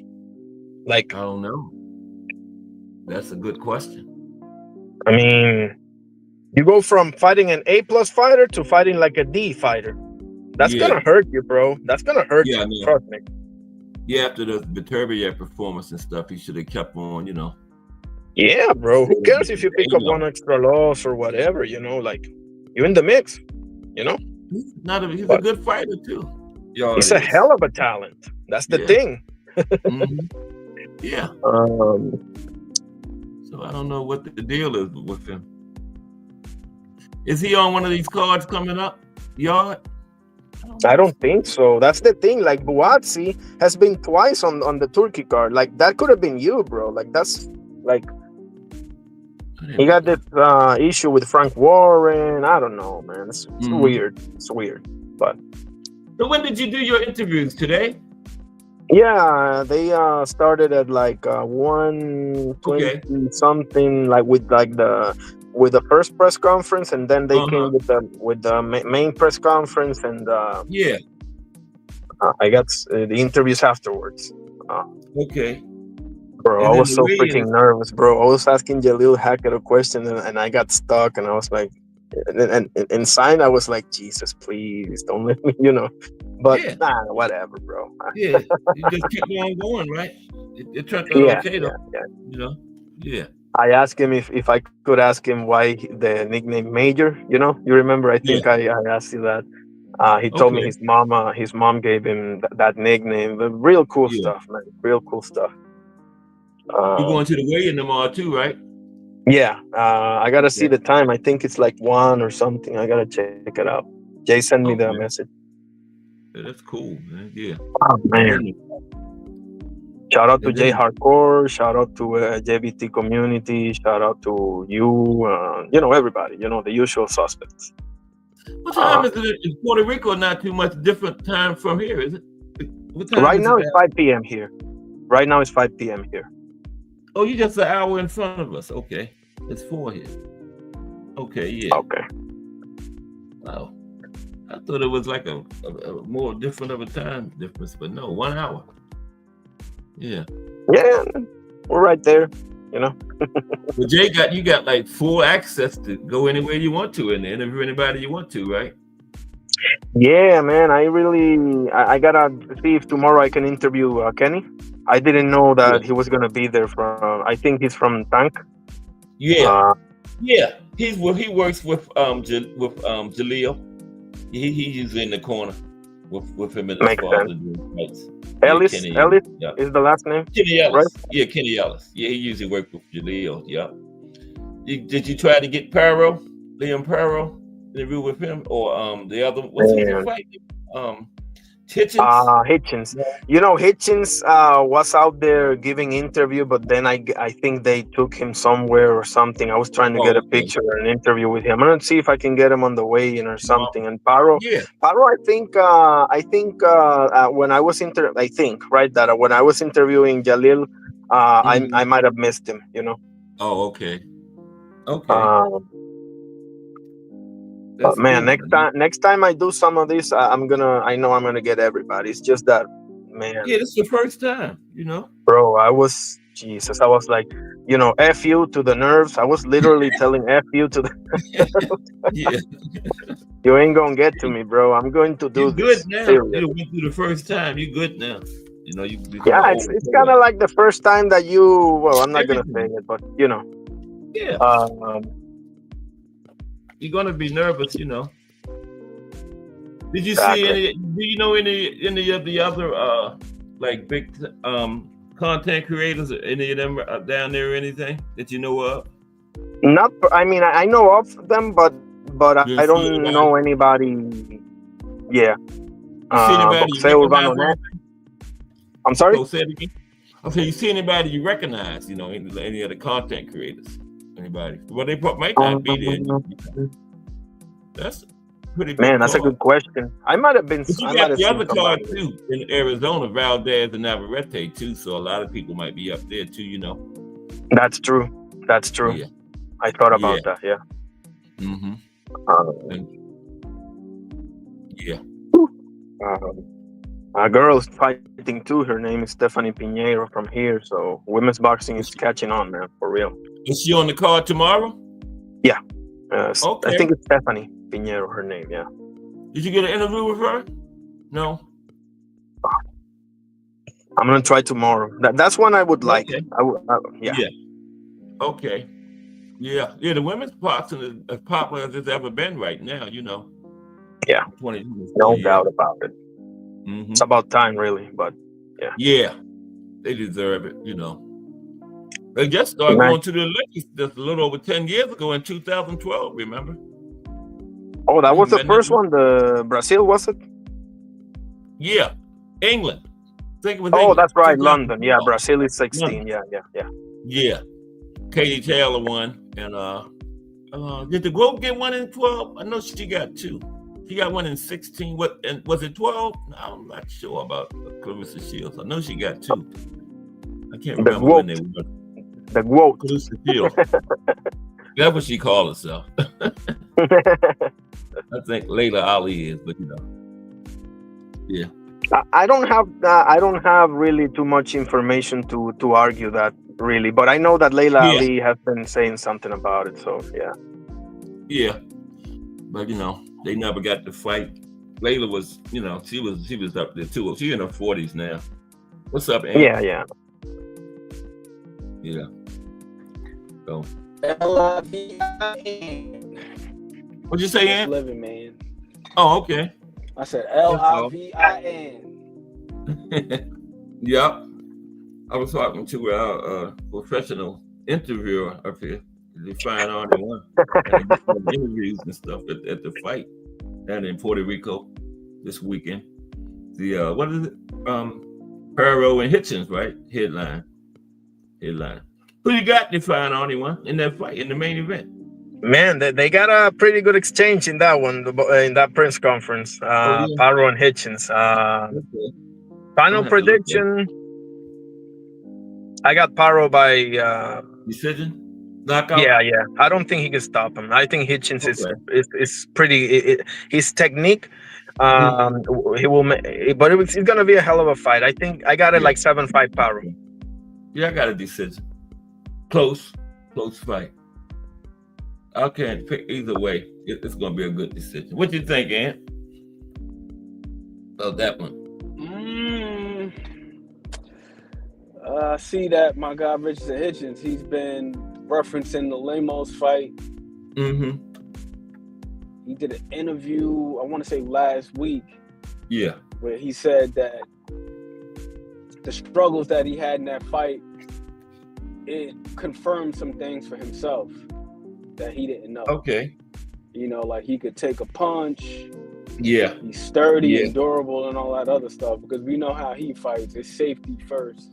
Right. Like my guy alluded to, it's all about technique with him. Boxing, staying on the outside. Yeah. Being cute and all that stuff, as the old timers would say. Right. And the thing with Perro is that we've seen Perro fight a couple of different ways now. That's why, for myself, When the fight was announced, I had Paro just because of versatility. I hadn't seen Richardson Hitchens do too many things. Like what he does it extremely well. I feel like the height of it was the fight that he had with Bowser. Yeah. He was sharp.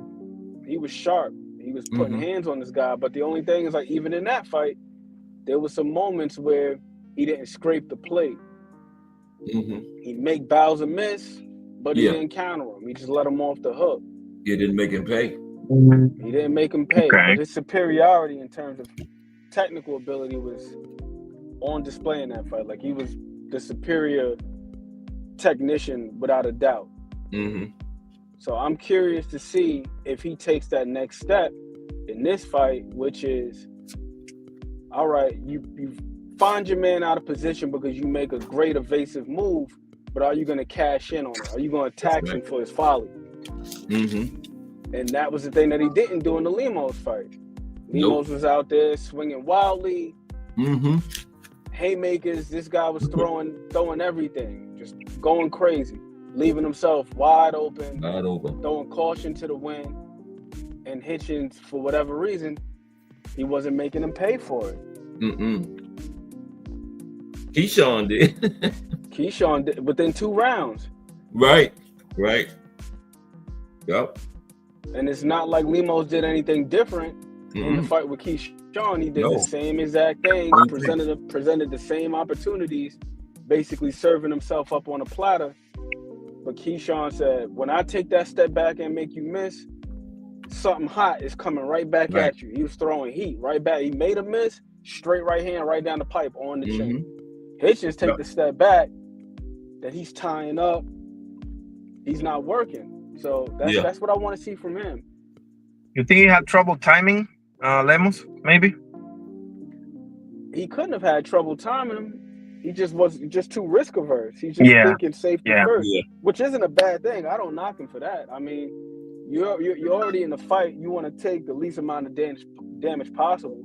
Yeah. But if the guy is serving himself up like that on a platter, you can go overboard. Crazy right hand.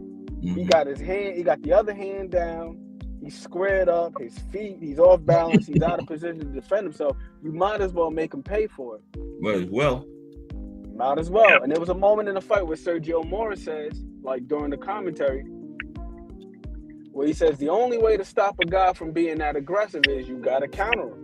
You want the guy to stop coming forward, you got to make him think twice about stopping coming forward. That's right. It's like training a dog, right? When you got one of those collars that shocks the dog when they get to that invisible boundary. Yeah. Eventually, you could take the collar off the dog. Now it's ingrained in him. I can't cross this imaginary line because I'm gonna get zapped every single time. That's right. And it's the same thing with aggressive guys. Like, if he's not thinking about getting touched by anything, he's gonna keep encroaching and getting all up in your space. And that was the thing with Hitchens, and I feel like his stamina got tested in that fight as well. That was another thing that was interesting to me during the press conference. He alluded to that, like how his stamina was shaky in that last fight because he wasn't eating the things that he was supposed to eat. He wasn't listening to his strength and conditioning coach and his nutritionist. I believe the guy's name is Keith, and then he also got the other guy he's working with, Scooter. So hopefully he didn't leave any stones unturned. And also in terms of the performance, he doesn't work as hard. I feel like part of the other reason why he got tired in that damn Lemos fight is because he kept backing up. And it's a scientific fact that you expend more energy moving backwards than you do moving forward. So you're moving backwards. Your condition is already shaky to begin with because you weren't eating right and so on and so forth. But how do you keep from moving backwards? Keep the other guy from coming forward. That's right. And when they're out of position, make them pay. Could be that he hit it. I'm sorry, go ahead. No, I was done after that. Oh no, I just wanted to say that do you think he felt his power and maybe that made him tentative? Because I don't know, I gotta see it again, right? The Hitchens Lemos fight. Yeah. That's a good question. I think it very well could be. But I'll say this, and what he was alluding to in the other interview is that now he can take solace in the fact, like we might say, like, oh well, he got touched up more than usual. Some people even felt like Lemos won the fight or it should have been a draw. But the one positive that he could take away from that is you went, what was that, 10 rounds with the guy? I can't remember. I know it was at least a 10 rounder. I think it was 10. You went extended rounds with this guy. 30 minutes with this guy, and you took some damn good shots. So you don't want to find out that you got a good chin, but it's never a bad thing for that to be revealed. Right. That's true. So it's like, because you know you could take a damn punch. So maybe this time around, to your point, he may not be as tentative and possibly take a few more shots because it's like, all right, I'm in there with a guy like Lemos, and Lemos can punch. Lemos has like a 67% knockout ratio or something like that. So this is not a guy who's like some feather-fisted guy. And we saw what he did, I want to say maybe the fight or two before that fight with Lee Selby. And Lee Selby was a pretty durable guy. Yeah. And he is tough. He was able to fold that guy up like laundry. So Lemos can punch. So it's like, yo, if you can take a shot from that guy, and that's also another reason why I'm looking at it like this. The great Jack Dempsey, he said in his book, Championship Fighting. You don't just want to win by knockout because it's going to afford you the spoils and the fanfare. But the longer you're in there, the longer you're exposed to danger. That's right. That's a good point. So you in there with a guy that can punch. If you got opportunities where you can hurt this guy and slow him down or even get him up out of there, it will behoove you to take those chances.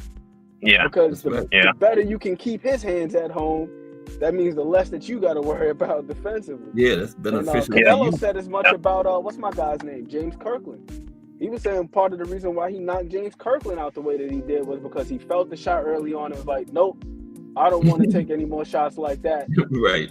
For, I don't want to get caught with some crazy stuff. Yeah. Exactly.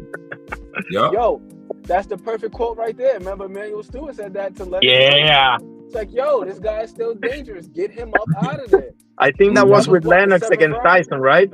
Lennox versus Tyson. Same thing applies. So it's like, yo, if you're in there with a guy who can punch, it's definitely scary. I can only imagine how scary that is. It's like, man, this guy's throwing some heat.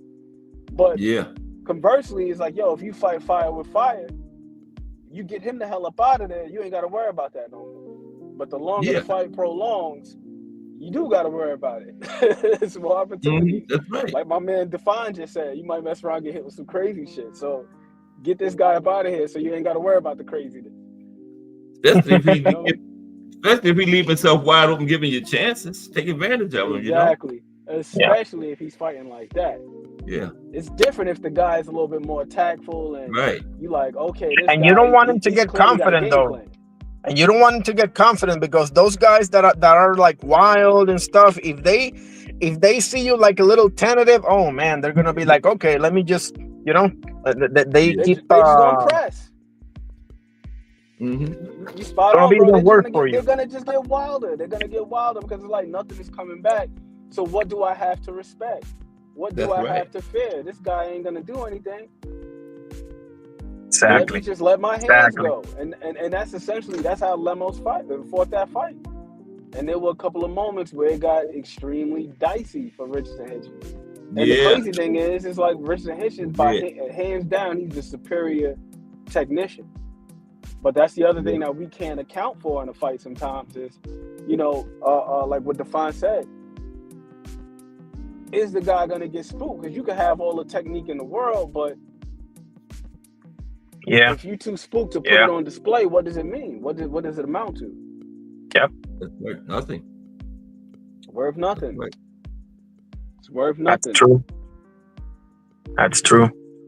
And we got the other one too. Yeah. We got the two rematches, Valdez and Navarrete. What's the other one? Espinosa Robesi. Yeah. Oh man, that should be terrific. Both of those fights should be really good.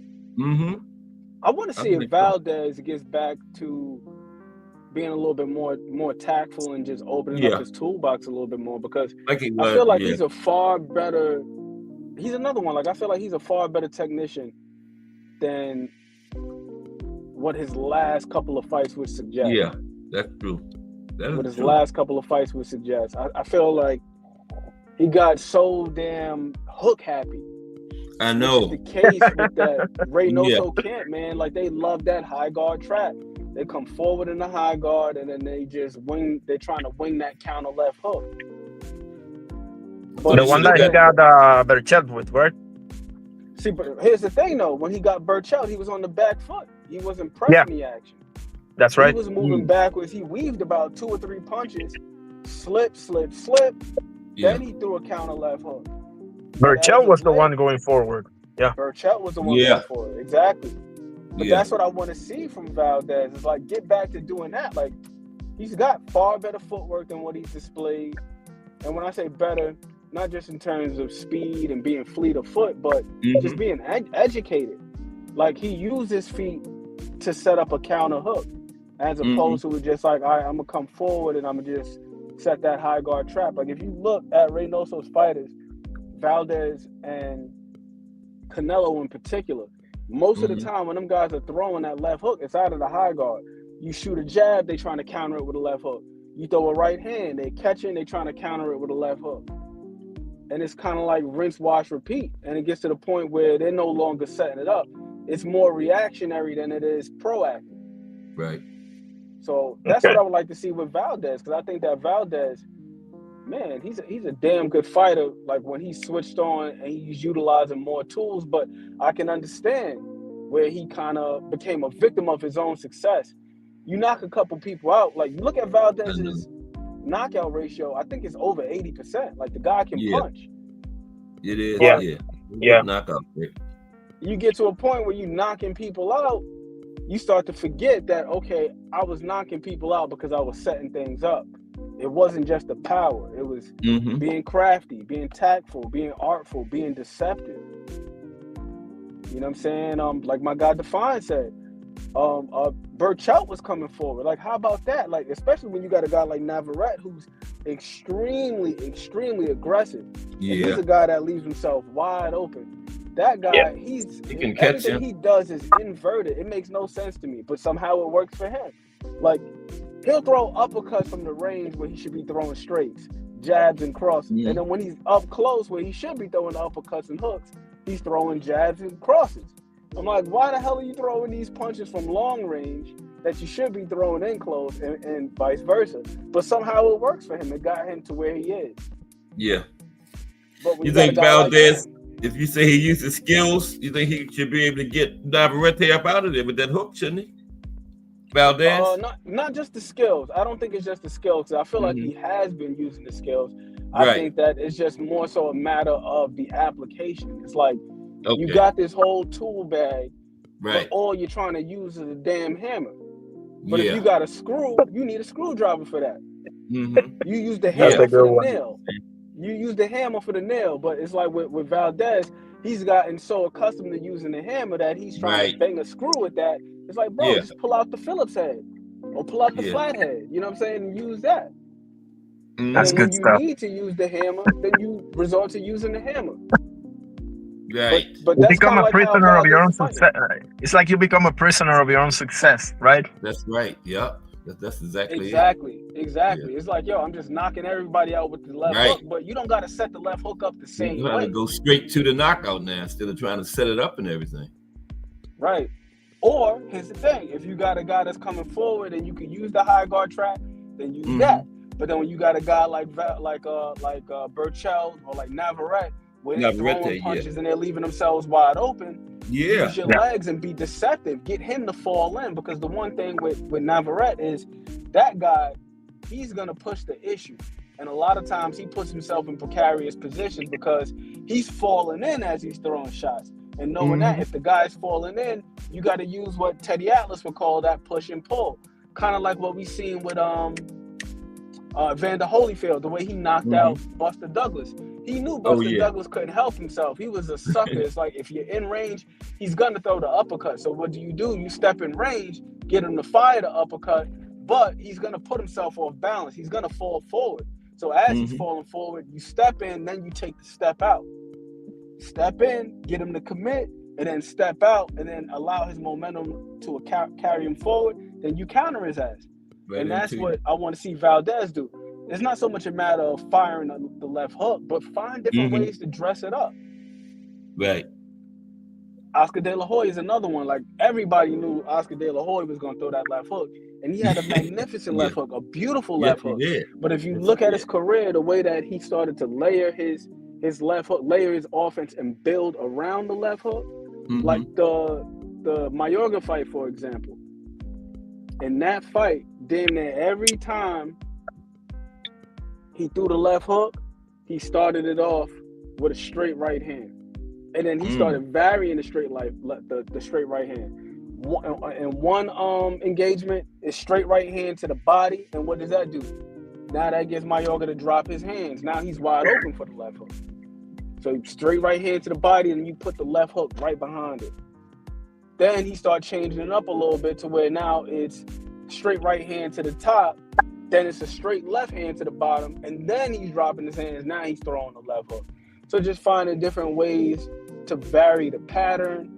Because with that high guard trap, if a guy knows you're going to just high guard trap left hook, I already know what you're going to do because you keep doing it over and over again. So just be a little bit more deceptive, a little bit more creative. Oh, that's what I'm saying with Valdez. That a South Dakota probably will be sometime in January. Here, that's what I'm going to do, South Dakota. Yeah, I'm going in alphabetical order, so I'm at the ends. So it'll be in January. I'll let you know, though. I'll figure it out and let you know, prize fighter. But salute, prize fighter. I wasn't even paying attention. Yeah, that's be what day am I going to do South Dakota. Yeah, that'll be in January. But I'll let you know, prize fighter, for sure. Okay? That's the guy that does the show with BBO, right? Yeah. Okay, go ahead, Ed. I was just answering this question. Oh, no. I was listening to you. To be honest with you. Yeah, we can go a little longer. I don't think Just Do coming on. We don't got Just Do today, man. I'm all sad. I didn't see it. Yeah. Yeah, he's not coming on today. You said he's there's some noise because there's some work being done at the house. Oh, okay. But shout out to Just Do Boxing. Yeah, shout out to Just Do. That's my guy. I don't see that show as often because that is complicated for me, that time frame. But I've seen it a couple of times in fights, especially. I'm sorry I missed you. Is the order canceled? Yes, it is Patrice T. Making deliveries and stuff. Hey, Ant, what do you think about the Turkey card?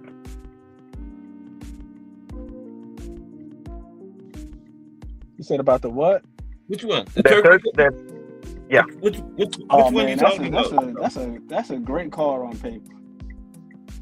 The one that's supposed to be on the 22nd, February 22nd. Yeah. Oh, the better. Okay, yeah, that is a good card. Yeah. That's a damn good card, man. Yeah. I'm excited. I was telling Kaz that I think Callum Smith is going to pull it off against Buatsi. I would not be surprised. Callum Smith is a pretty damn good fighter. That's for one. I think he's another guy. Like, he's very fundamentally sound too. And he's got good experience. Yeah. Beterbiev and Canelo. He's been in there with a bunch of dudes. Yeah. Mm-hmm. I mean, those two alone, fighting against Canelo at 168 and Beterbiev at 175, that's like the equivalent of getting a college degree. And then you don't have too many guys that are as seasoned as both of those guys, because Canelo got over 60 professional fights, and Beterbiev, he's out of that Soviet school of boxing, so his amateur background is pretty damn good. Yeah, and he's fought some damn good competition as an amateur and a pro. Remember, he saw Usyk, right? He saw Usyk and Bivol in the amateurs, I think, both. I know that he saw Usyk. Yeah, I know he fought Usyk. Yeah, in the amateurs, a couple times, I think. I'm not sure about. Did he fight Bivol in the amateurs? I'm gonna have to check on that. I knew he fought Usyk. Yeah. Oh, I didn't know they had met in the amateurs, him and Bivol. Man. I think so. I'm not sure. I think I saw. I don't know if they fought each other, but they know each other from that time. Maybe that's it. Yeah. Yeah. No, they've definitely sparred before. They've gotten working before. But Beterbiev and Bivol? Yep.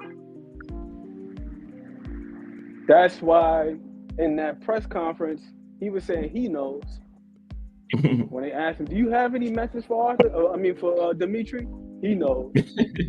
Yeah. Yeah. He knows.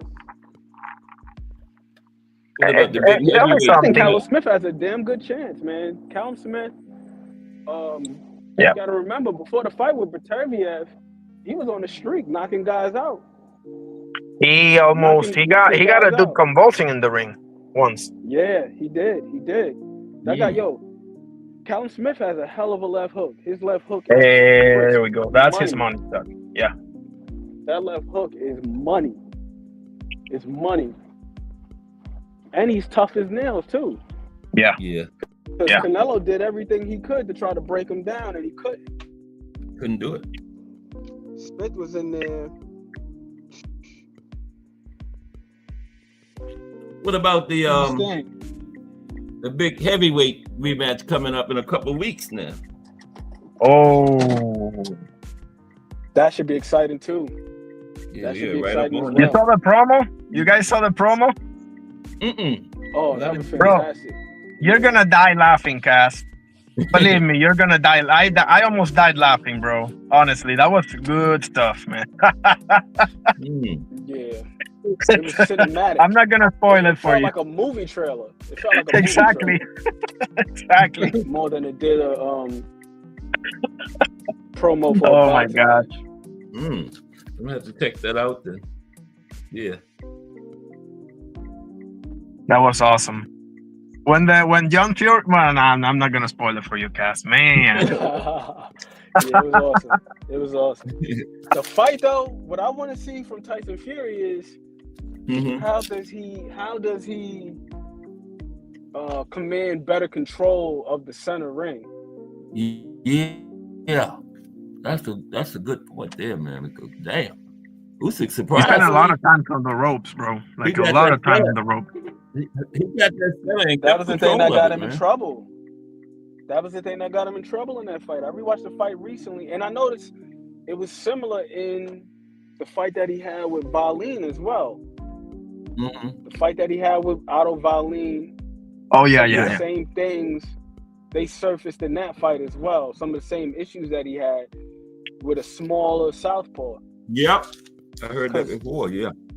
Yeah, you know what it is those guys. They can take advantage of his tendency to pull straight back with his lead extended. And with them being southpaw, just watch how many times Usyk was able to slip his head off the center line, like straight to the outside. Yeah.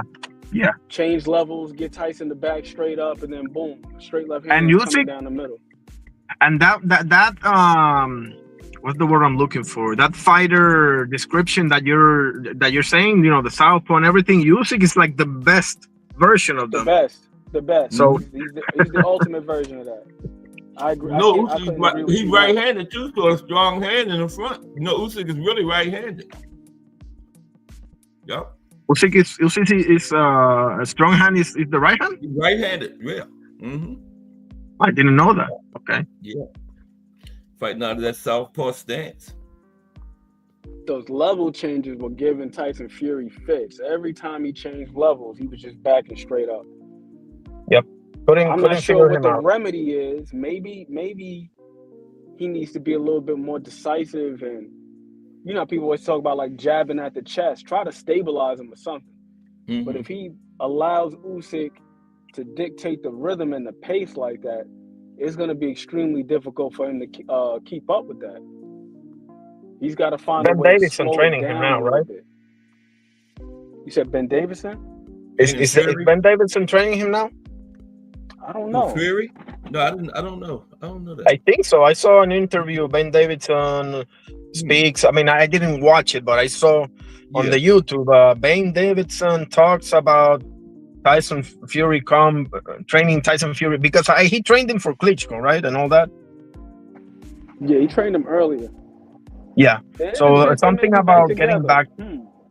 Yeah, I think so. I'm not sure. You know, I just saw the title, but I had to do something else or whatever. But yeah, I think so. That might be a good idea. I mean, I don't know. Yeah, it might be a good it very idea. well could be. It very well could be, because the one thing about Ben Davidson is he is extremely studious. Like, he is one of those guys where he's a huge proponent of film study. So we know that he typically comes with a solid game plan. Yeah. He's a hell of a trainer. I have him right there with Bomac, and I forget the other guy as the top trainers today. Garcia? I'm not mad at that. Robert Garcia? Robert Garcia, Robert Garcia, I have him probably as a legendary trainer, but today there's a guy that I'm forgetting, man. I'll let you know when I remember, maybe tomorrow or something. But there's another guy that I have him right up there with those two. Bomac to me is number one, but Davidson or the other guy number 2 or 3. I'm sorry, I don't remember now, man.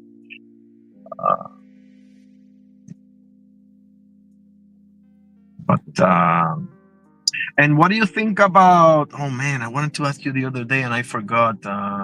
What do you think about Sang versus Caballero? Caballero? Caballero is tough, man. It's hard for me to go against him. You know, Caballero. I still wouldn't get to that. Man, it's extremely difficult to go against him, man. I'm not gonna lie to you. He made a believer out of me when he fought Makhmudov, man. He made him quit with body shots. Made him take a knee. Yeah. Remember that? He did the same thing to Frank Sanchez. Yeah, sure. You know, Frank Sanchez had a knee brace in that one. Sure did, yeah. I didn't like that one because to me, Frank Sanchez, and obviously that's not Caballero's fault, obviously, but you know, Frank Sanchez was with like a knee brace and everything, but brace on, yeah. I think Big Bang China gonna get it with this. Big Bang China has a sneaky right hook, guys. Everybody talking about the left hand and running out of gas, and that's all true, obviously. But the right hook that he decapitated Joe Joyce with, bro, it's hard to even see it coming, bro, in my opinion, you know? I think Caballero is kind of underrated, man. I think he's a lot better than people give him for being. I agree with that. Absolutely. I agree with that. Yeah. Absolutely.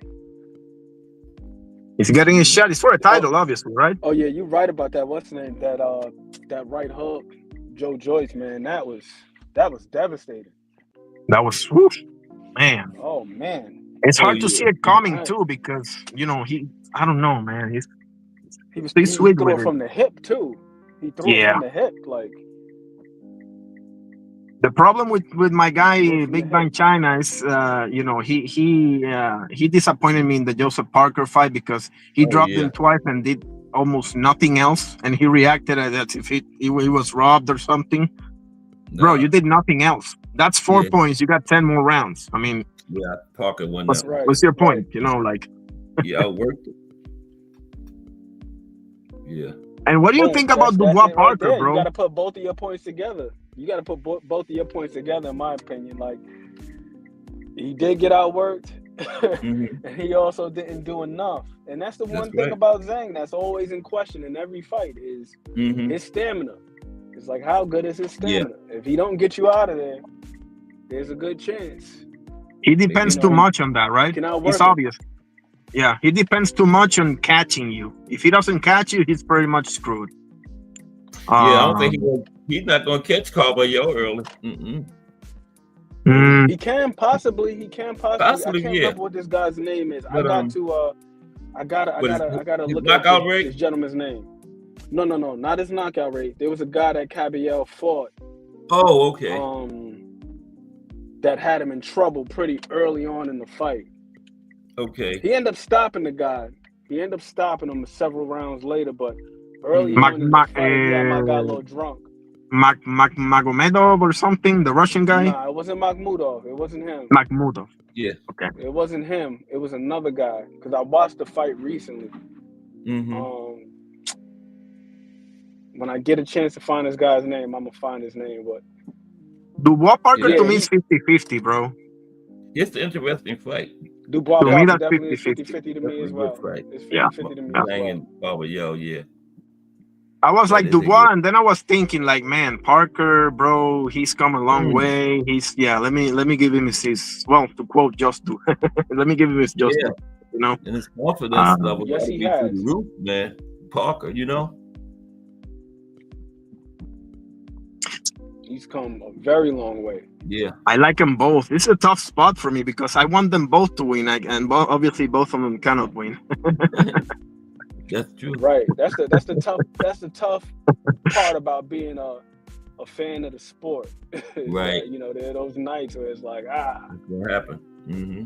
I feel the same way about Beterbiev and Bivol. I love them. I love Bivol a little bit more, but I love them both, man. Yeah, I'm like, damn. Yeah. But yeah. But it can be a win-win too. Whoever wins, you'd be happy for them, but one of them got to lose.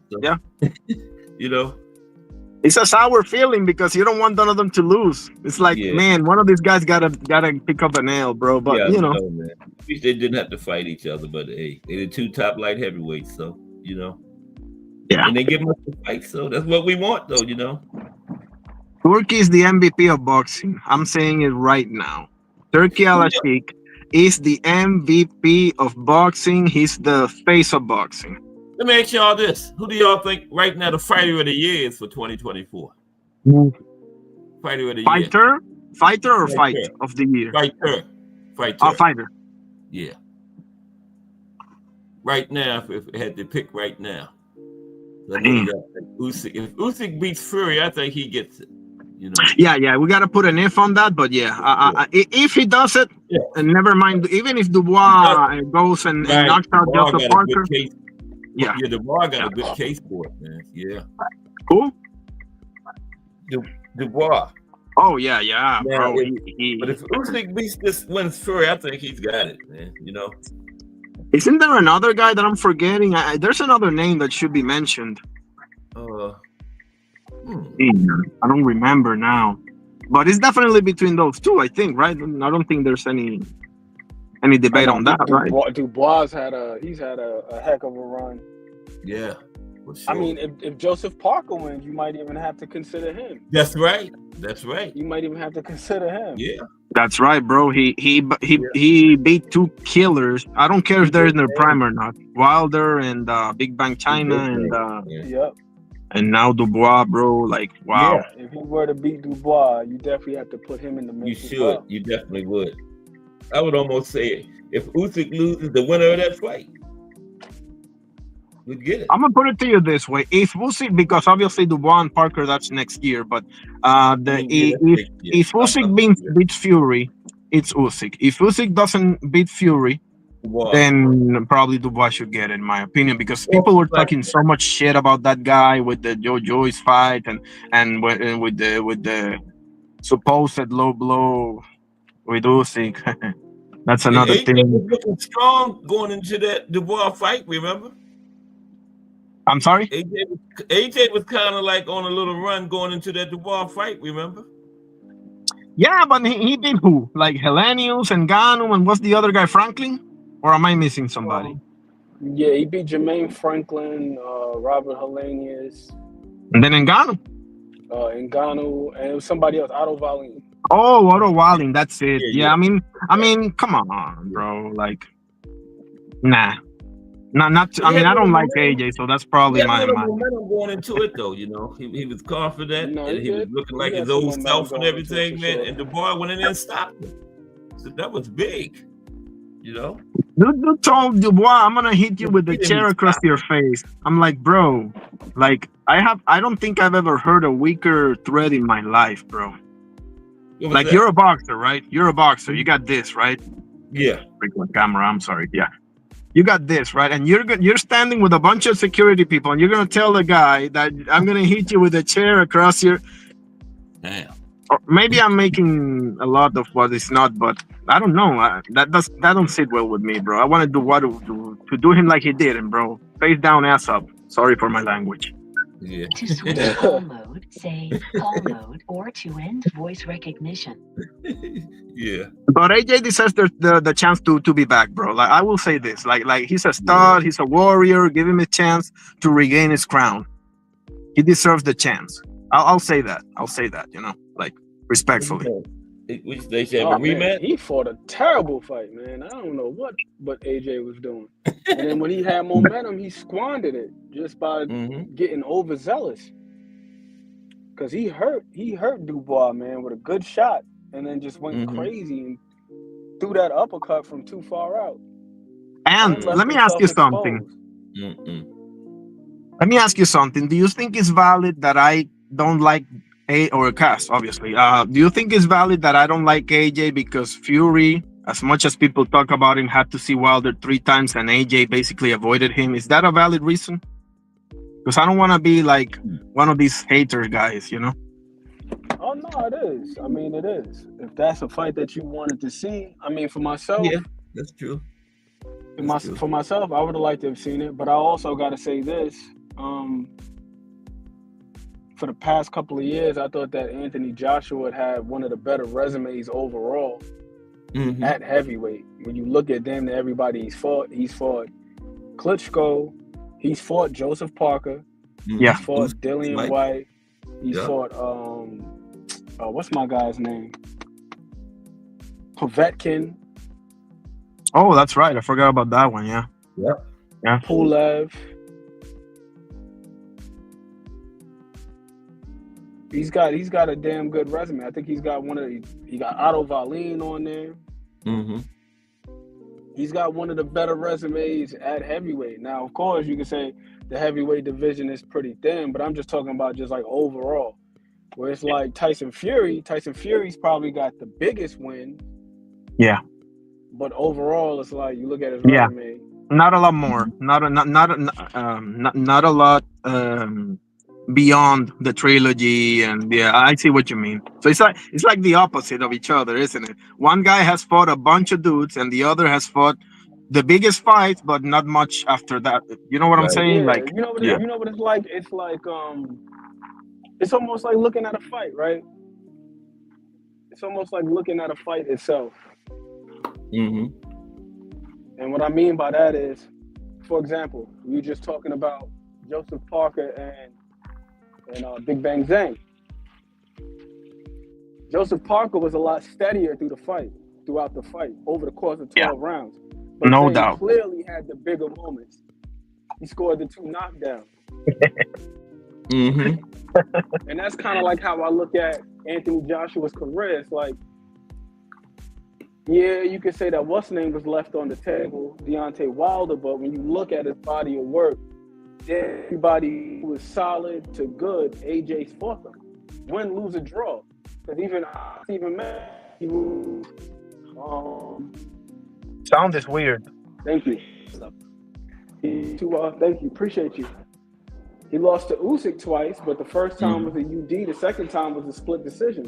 So it's not like he just got his ass whooped. No, I don't hold either of those losses against him. He got in the ring and he dared to be great. Yeah. I don't hold that against him. Yeah. But he fought him twice. So that's what I'm saying. Like with Anthony Joshua, you look at his resume, you look at who he's faced, win, lose, or draw. It's one of the better resumes in the heavyweight division today. Because I can't think of too many other guys who are fit. And he just faced Daniel Dubois. Like, he lost, but he faced him.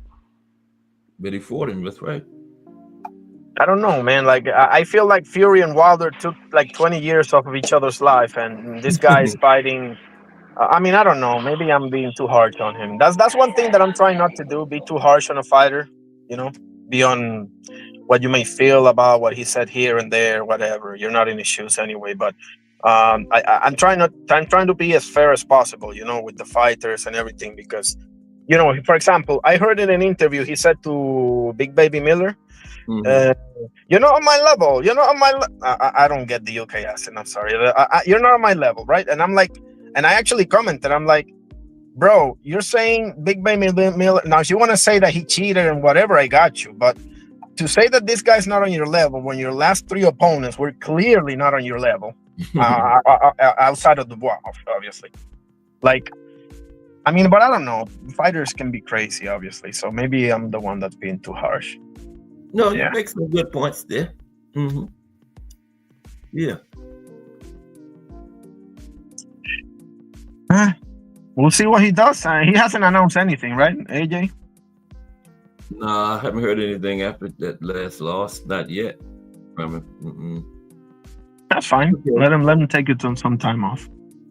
Okay. What about fight of the year? Last thing, fight of the year right now. Right now, Yeah. To me, Beterbiev Bivol. I would say Boachuk and Virgil. That's my second one. The second one. I would have to go with that one, man, because they battled it out, man.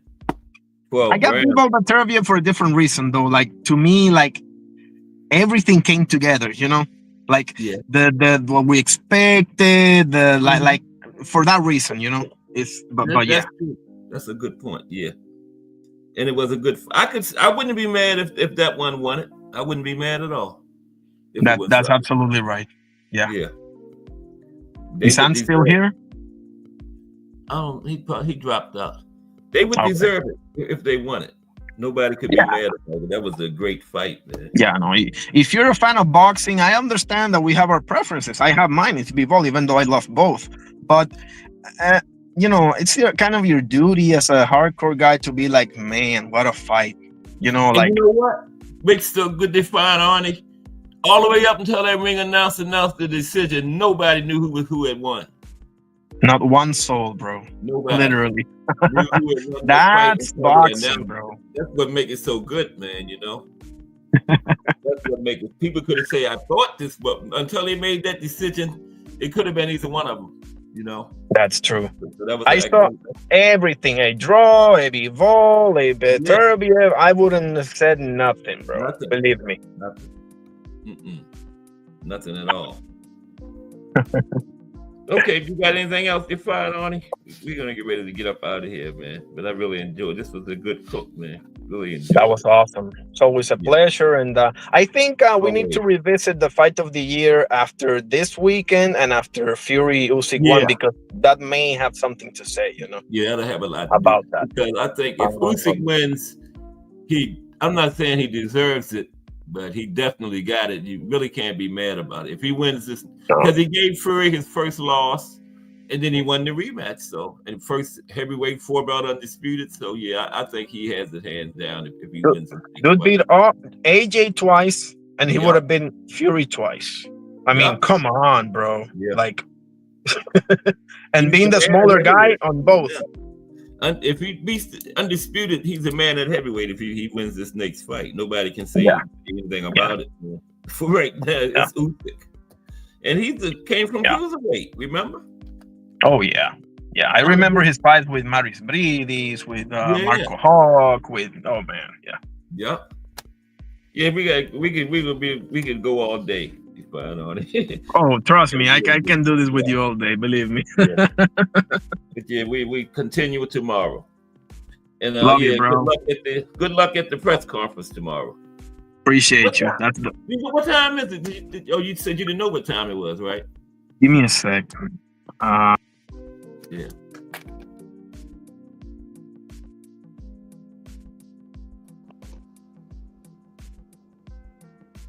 Yeah.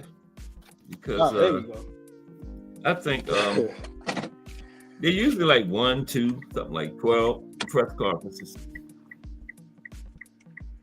And you say you only an hour in front of us. I thought it was like a bigger time differential between Puerto Rico and the East Coast. I really did. Wow, 1 hour. That's crazy. Yeah. 4 p.m. Puerto Rico was like on the West Coast somewhere. Maybe it's Puerto Rico. Exactly where is Puerto Rico? Caribbean. Right? We're in the Caribbean, right next to Dominican Republic. Yeah, like on the eastern part, right? Eastern Caribbean. I think so. Yeah. Yeah. Gotta look at the map again, because you got Dominican Republic and Cuba and Jamaica in the west side. Yeah. I think you're right. Yeah. Okay. Yeah. That's why the time just 1 hour. Trinidad and Tobago. Yep. Yeah. All the Virgin Islands, all of them. Yep. Mm-hmm. Yeah. Is that on McQueen? Yes, sir. Yeah, that's it. Yeah. Yeah. When the elevator lost service. Oh, okay. Oh, you're in the elevator. Oh. Yeah, Fury and Usyk, man. Fury and Usyk. I'm excited to see that. I'm excited for Beterbiev.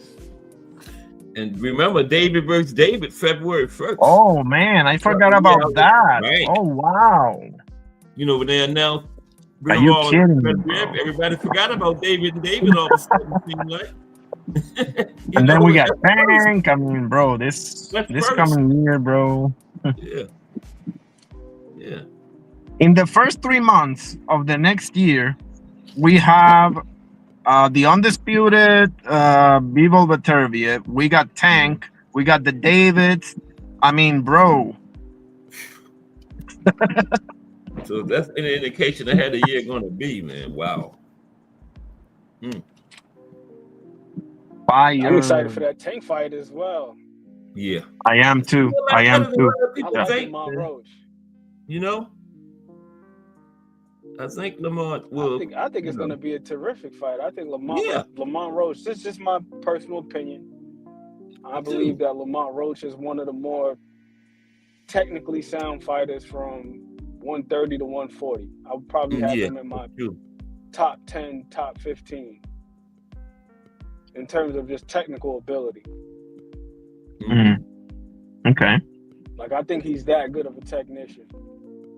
Personally, if I had to, if I was forced to make a pick, I would have to do so based on attrition. Right. I think that Tank is the superior athlete. You talk about just like hand speed and, of course, the power. I think that goes without saying. Yeah. But sure, in terms of skill and aptitude, I don't think there's a huge gap between either one of them. Lamont Roach is one of those guys where you got to really watch him under a microscope to appreciate just how good he is. Yeah. Because if you're just looking for just, power and explosiveness and all that other stuff, you miss out on a lot of the good stuff that he's doing, like positioning and his last fight that he had with the guy Philgo McCrory on Pro Box. He was putting on a damn boxing clinic, and watching it in real time, I feel like it just doesn't do his skill set justice. But that's why I like to watch fights like an absolute maniac, like a degenerate, and watch him in half speed.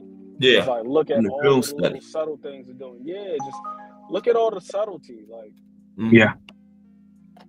Well, I say you had to watch the fight till you look at those Casman corner breakdown. A pivot hit. Then you don't watch the fight. Slide. Let me. You know what I'm saying?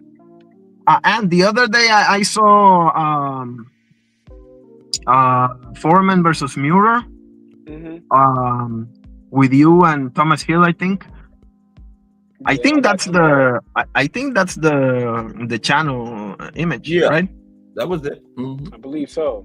I don't think I made a thumbnail for that one.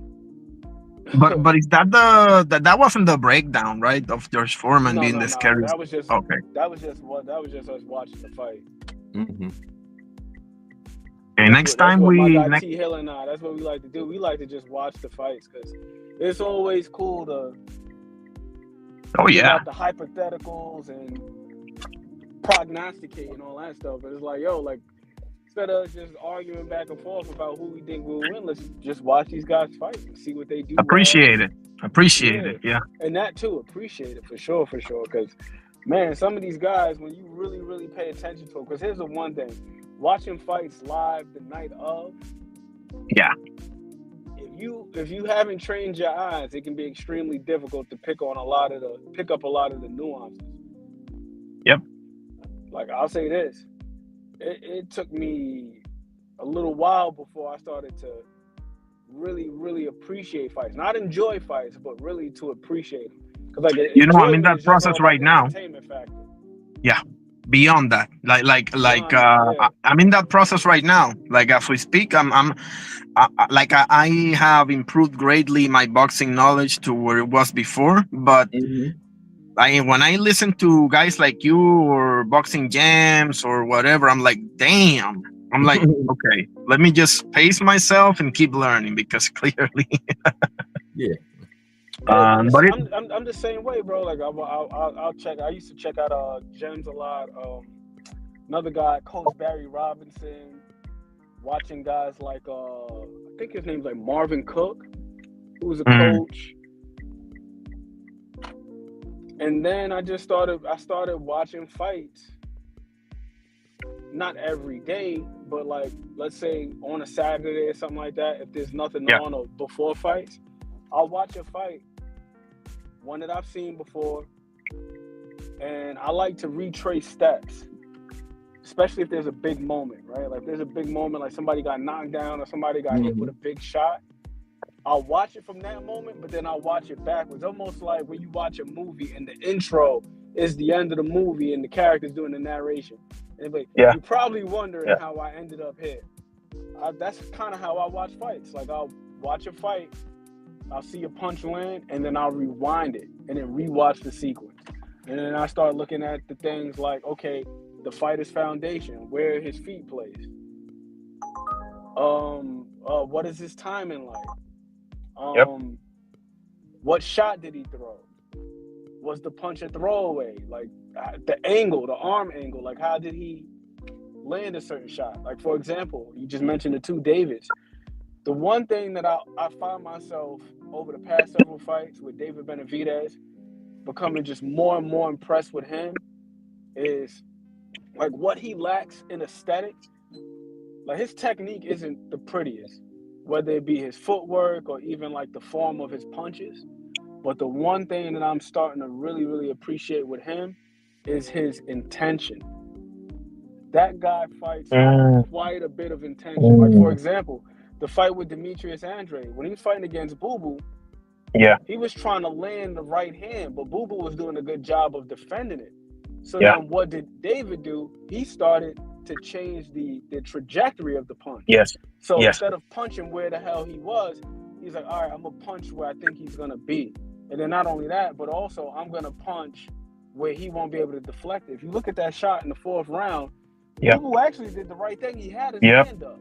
He had his hand up.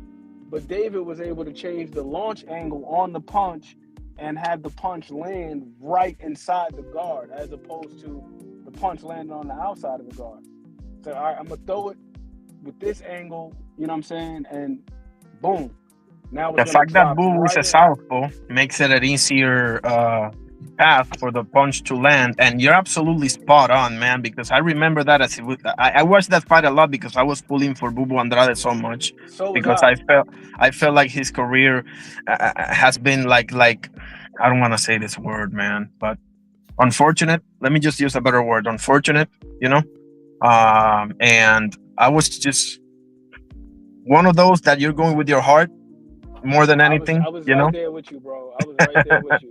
Because I agree. I feel like Boo Boo's career was a tad bit marred by mismanagement. And you can't say misfortune in the sense that he didn't have the appropriate affiliations to get certain fights. So it made it easy for guys to like lowball him, and then when he doesn't accept the offer, it looks bad on his part.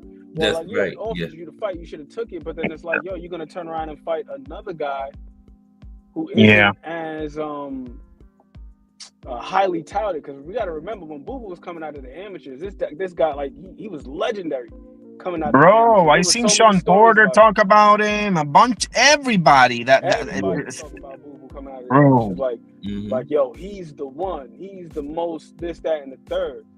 And there were a couple of things in particular that I thought that Boo Boo was going to be able to capitalize on, because I seen him do it versus Walter Caltangagua. I've seen him do it most recently against Damon Nicholson, and that is David Benavidez. He had a really bad habit of falling in and squaring up when he threw his right hand. He didn't really have the best feet in terms of anchoring himself. Squeeze, shout out to the Roz podcast. As he would frame it, he would say the guy is light on his feet. So you throw in the right hand from a particular range, but you don't want to fall in because that leaves you susceptible, even more susceptible to counter. You know, you want to throw it from the proper distance and maintain that distance after you throw the punch. So if a counter does come back, you can react appropriately. You got enough space and distance to see the punch and evade it. But if you're falling in, you're kind of forfeiting that.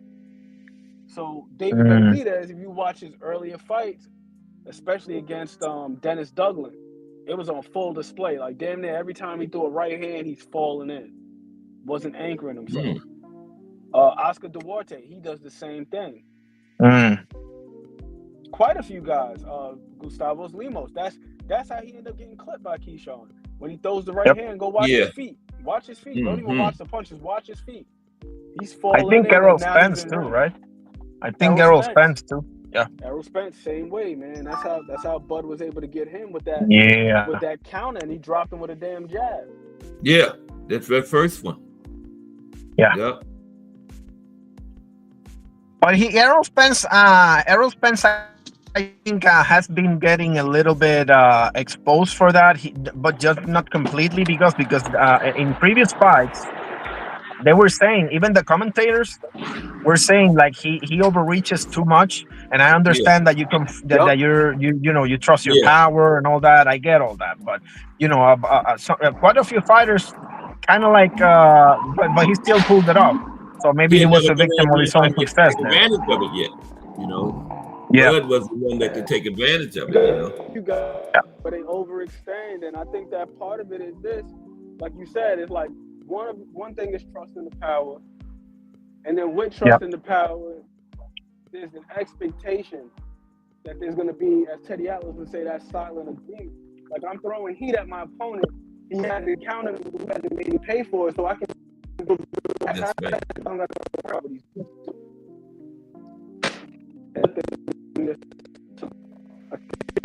You're cutting out. He's breaking up, Ed. We expect them to be a little bit more rounded. And like, okay, this is good. Oh, you breaking Can't up? Hear you, Come technique.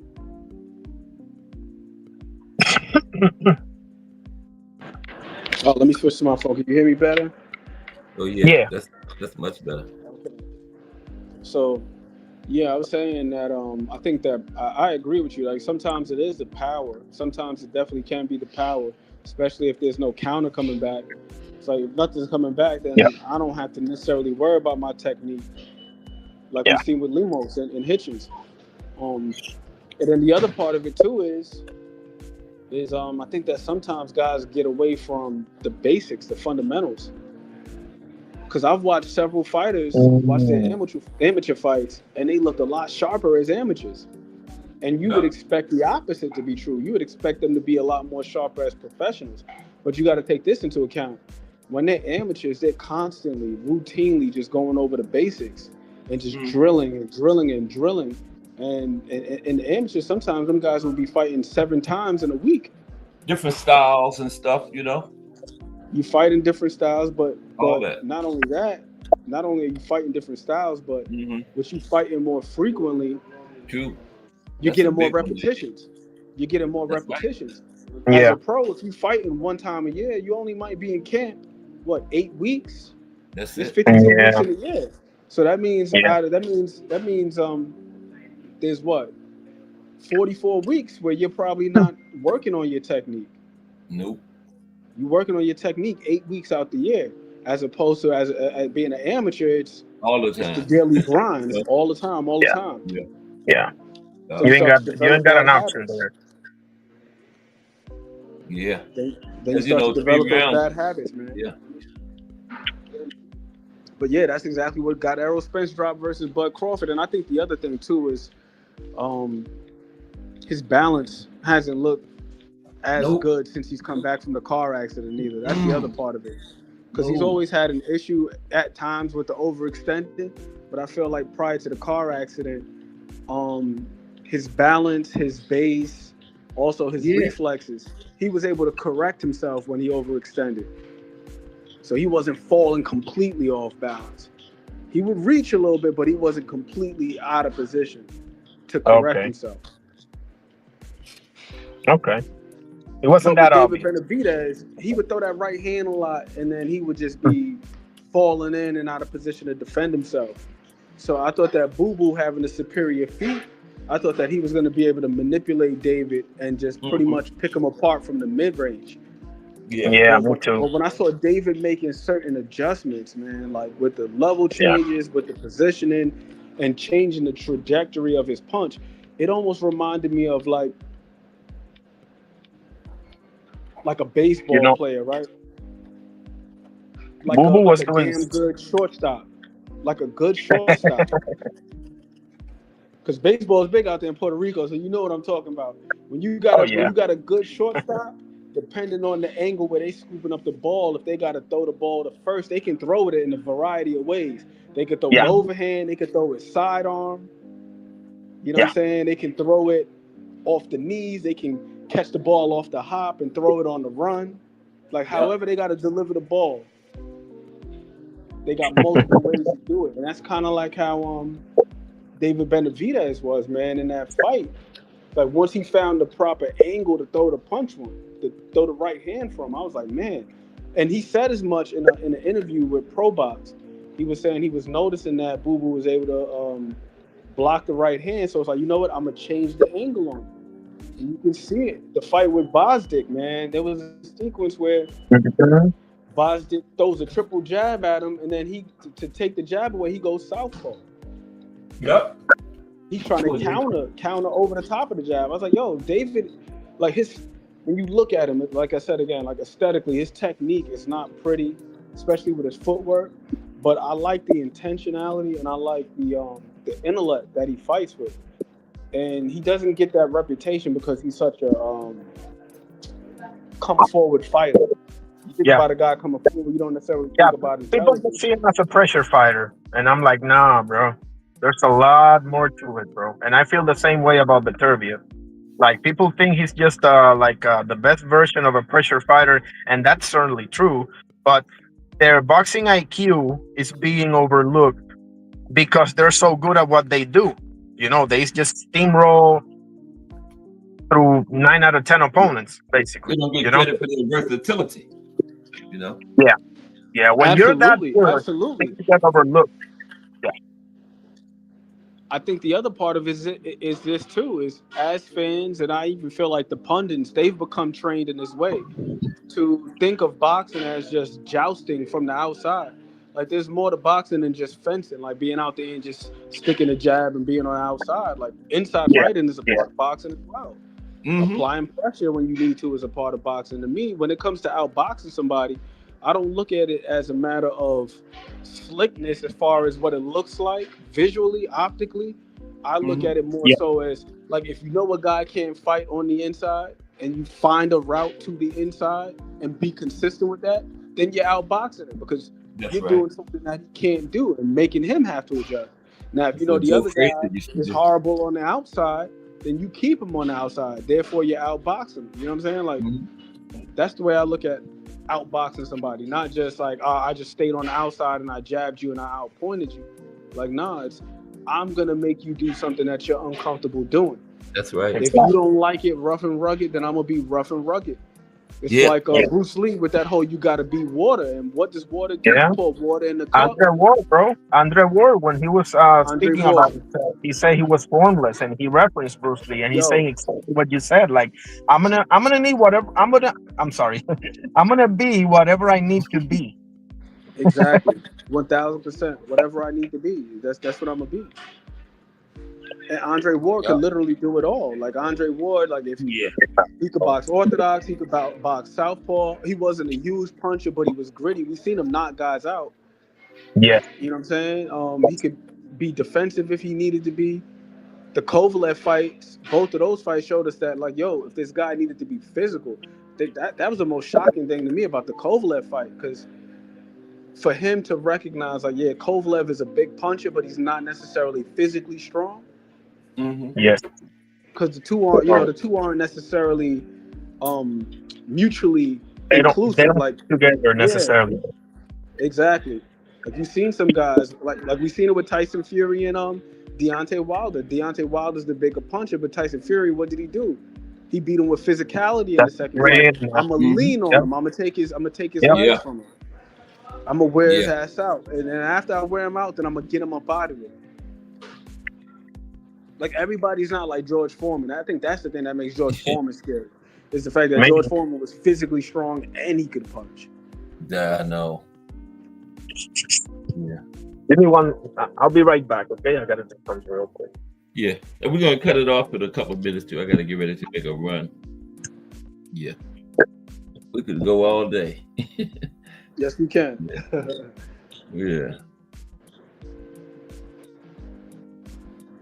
What time is it? Ooh, 5:11. Yeah, we're gonna get ready to cut it off. Yeah. When you gonna do another film study? Oh, we might have to do Lamont Roach, man. We might have to do Lamont Roach again. Me and T Hill, we watched the fight, but you know how it is, man. When the tree falls in the forest and nobody's around to hear it, so we might have to run it back. Run it back, yeah. Yeah, run it back, because I mean, hopefully, as many people as possible see it and they recognize, like, yo, this is a damn good fight. Just because you don't know guys like that. I don't ever know when y'all on, man. You know? Yeah. We have to put something in that little chat we got there. But I don't really be checking it all the time.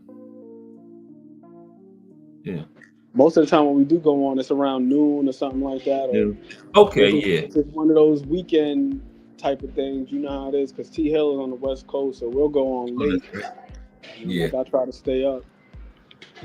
Yeah. That's true. Yeah, I was looking at Alexis Arguello already. He's tomorrow. It's Alexis Arguello. Yeah, I was looking at him already. That was a tough guy to deal with. I'm not gonna get into the prior controversy or anything, but that was a hell of a fight. Yeah, Alexis Arguello is terrific, man. I was watching him and Aaron Pryor the other day. Oh, he was? Okay. You know, on Thanksgiving, Top Rank, they had a marathon, man. They were showing all the classic fights. Oh, man, I didn't even know that. Mm-hmm. They started early in the morning and they went all day. They went for hours. They showed a lot of fights on there. They showed I think it was like Morales and Barrera. Yeah. Oh man, that's a classic. That's probably the greatest trilogy. Well, I don't know. That's a debate, but that's one of the greatest. You could argue it. You could argue it. Yep. It was one of those where it was a damn good fight every time, you know? Every time, exactly. Yeah. The Gotti Ward ones, to me, were not as good as the first one. What do you think? The Gotti Ward? Yeah, Gotti Ward, to me, the other two weren't as good as the first one. Yeah, I would put I would put the other one above them. The Morales Barrera? Yeah, above Gotti Ward. Yeah. But they're all good. All good trilogy. You thought the first one was the best one of the three? Trying only one? The first one? The Gotti Ward? Yeah. The other two weren't as good as the first one? To me, you know? Yeah. Because Gotti figured out that he could just stop boxing, you know? But after everybody watched the first one, you know, they just, I guess you just do the other because you don't want to miss them. It was like, and one of them said, I know what it's like to fight my twin now. I forgot which one said it to the other one after one of the fights. Okay. I think it was Gotti. No, Ward, I know what it's like to fight my twin now. Yeah. And them guys end up becoming great friends, too. Yep, they sure did. Bro, they should make a movie out of those two, bro. Seriously. Yeah. Willie Pep and Sandy Sadler did too. They had 4 fights. They started doing exhibitions after their careers. They had 4. Yeah. I guess after so many fights against the guy, you have to get a certain respect for him, you know? Yep. Yeah. It's impossible not to, bro. Not to, exactly, yeah. 4 fights, that's like more than 2 hours in the ring. And there were 15 rounds back then, bro. Like, damn. Yeah. Yep. That's a lot of rounds. Sandy just got, he had that, what they call it, pugilistic dementia. He had that real bad, man. He could barely talk. I'm sorry, say who? Who? Sandy Sadler. Demencia pugilistica. Yeah, he could barely talk. Man, don't tell me that. Really? Yeah. Man, because back then, they didn't like protect fighters and stop them real fast back then. You almost had to put a guy down for 10 seconds a lot of the time, you know? Yeah, that's right. Poundings, man. You know, they took poundings. And yeah, and the number of rounds too, man. You go to a decision and you take a lot of shots to the head. Yeah. That's probably worse than getting knocked out. I know. That's true. That's so true, man. Yeah. Yeah. Like I tell people all the time, I prefer, like I ask this question to people, and maybe I'll ask you too as well. Like, who do you prefer fighting? Mike Tyson or George Foreman? Hagler or Hearns? Bro, give me Tyson and Hearns all day, because Hagler and Foreman, you ain't gonna be the same, bro. They're gonna punish you. Yeah. Trust me. Yeah. But damn, that's a hard choice. Either way you're gonna kill, right? Either way you're gonna kill. Wow. Yeah. Yeah, but at least with what's the name, with Tyson and Hearns, you might just wake up feeling refreshed. Right. Quick little nap. It's gonna be quick. Yeah. At least it's gonna be quick. You might do some permanent damage. You're right. They get you for years. Bro, the other two is gonna just F your ass up, bro, like badly. Yeah. Definitely Foreman, man. Like Amber said, he could punch and he was strong, you know. Foreman. He was punishing people in the early 70s. A lot of people didn't want Ali to fight him. It was like, no. There, bro. It's life, bro. That's why, in my opinion, and you know, obviously Buster Douglas and George Foreman beating Moorer and all that, but to me, Ali beating Foreman is the greatest upset of all time, bro. Yeah, all things considered. Nobody gave him a chance. Nobody. I didn't. I was like, what is he gonna do against this monster, man? And that was when Ali lost to Frazier the first time, because the other two hadn't been done yet, I think. And then Foreman absolutely murked Frazier. So all the more reason to Yeah, Foreman had took it from Frazier, and then Ali was trying to get it back from Foreman, you know. And he did get it back from him. Then he fought Frazier 2 more times after that. Yeah. I wouldn't be surprised if that fight with Foreman which was like the catalyst for the struggles that he would have later on in life, because that rope-a-dope, it worked, but that's took a lot of punishment, man. That's a terrible strategy. That was the beginning of it, right? You think? Oh, that's a good point, man. He said he was out on his feet like 2 times during that fight, but somehow the way he survived. Ali? Yeah, because Foreman was like swinging from way back from left field, both hands, man. Hit everybody. You see George Foreman hit the bag, you're scared shitless. And he was hitting Ali like that during that fight, man. Over and over and over. So you're right, Ant. That probably was the beginning of it, you know? Damn. Angelo Dundee was telling him, get off the ropes, man. What are you doing? Those what's names like that, man. It's those fights like that you know, they're somewhat inconspicuous. Yeah. When we think about fighters taking damage or being changed indefinitely, we think about like some Rocky movie type shit where it's got to be super dramatic. You get hit with this big shot exactly. Nah, it's 15 rounds and getting punched on and so on and so forth. Continuous. I can't remember who it was, but they said they had some wins where they felt worse.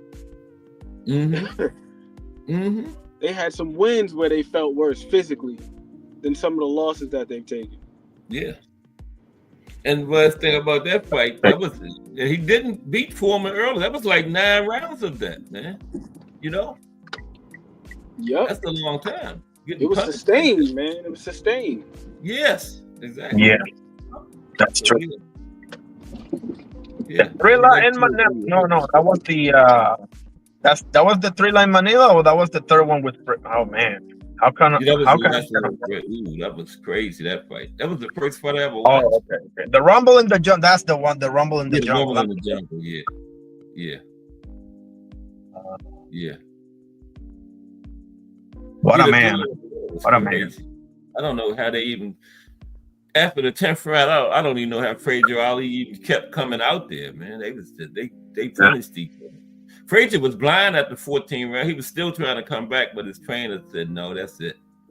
He wouldn't let him. He couldn't even see. He was still trying to come back. He was blind before then, which is crazy. Yeah, but he fought a couple rounds like that too. You right, man. He sure did. No, I'm saying like he was blind before that. Like Joe Frazier, he was blind since like 1960. Yeah. I can't remember the year. Exactly.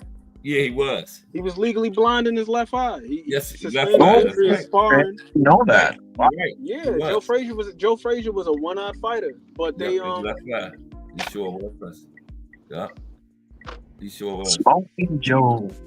He was a tough guy. Some way they used to manipulate the pre-fight examinations. Yeah, some kind of way he would do that. He was a tough guy. Test. They were faking the vision test. Right. Yeah, I know the story on that one time, but I forgot. Yeah, that's what they were doing. Yeah, faking the test. But Joe Frazier was tough, because remember the Olympics, he broke his thumb in the semifinal and didn't tell nobody because he knew they would pull him out. And he fought the gold medal match with a broken thumb on his left hook hand. But he still won.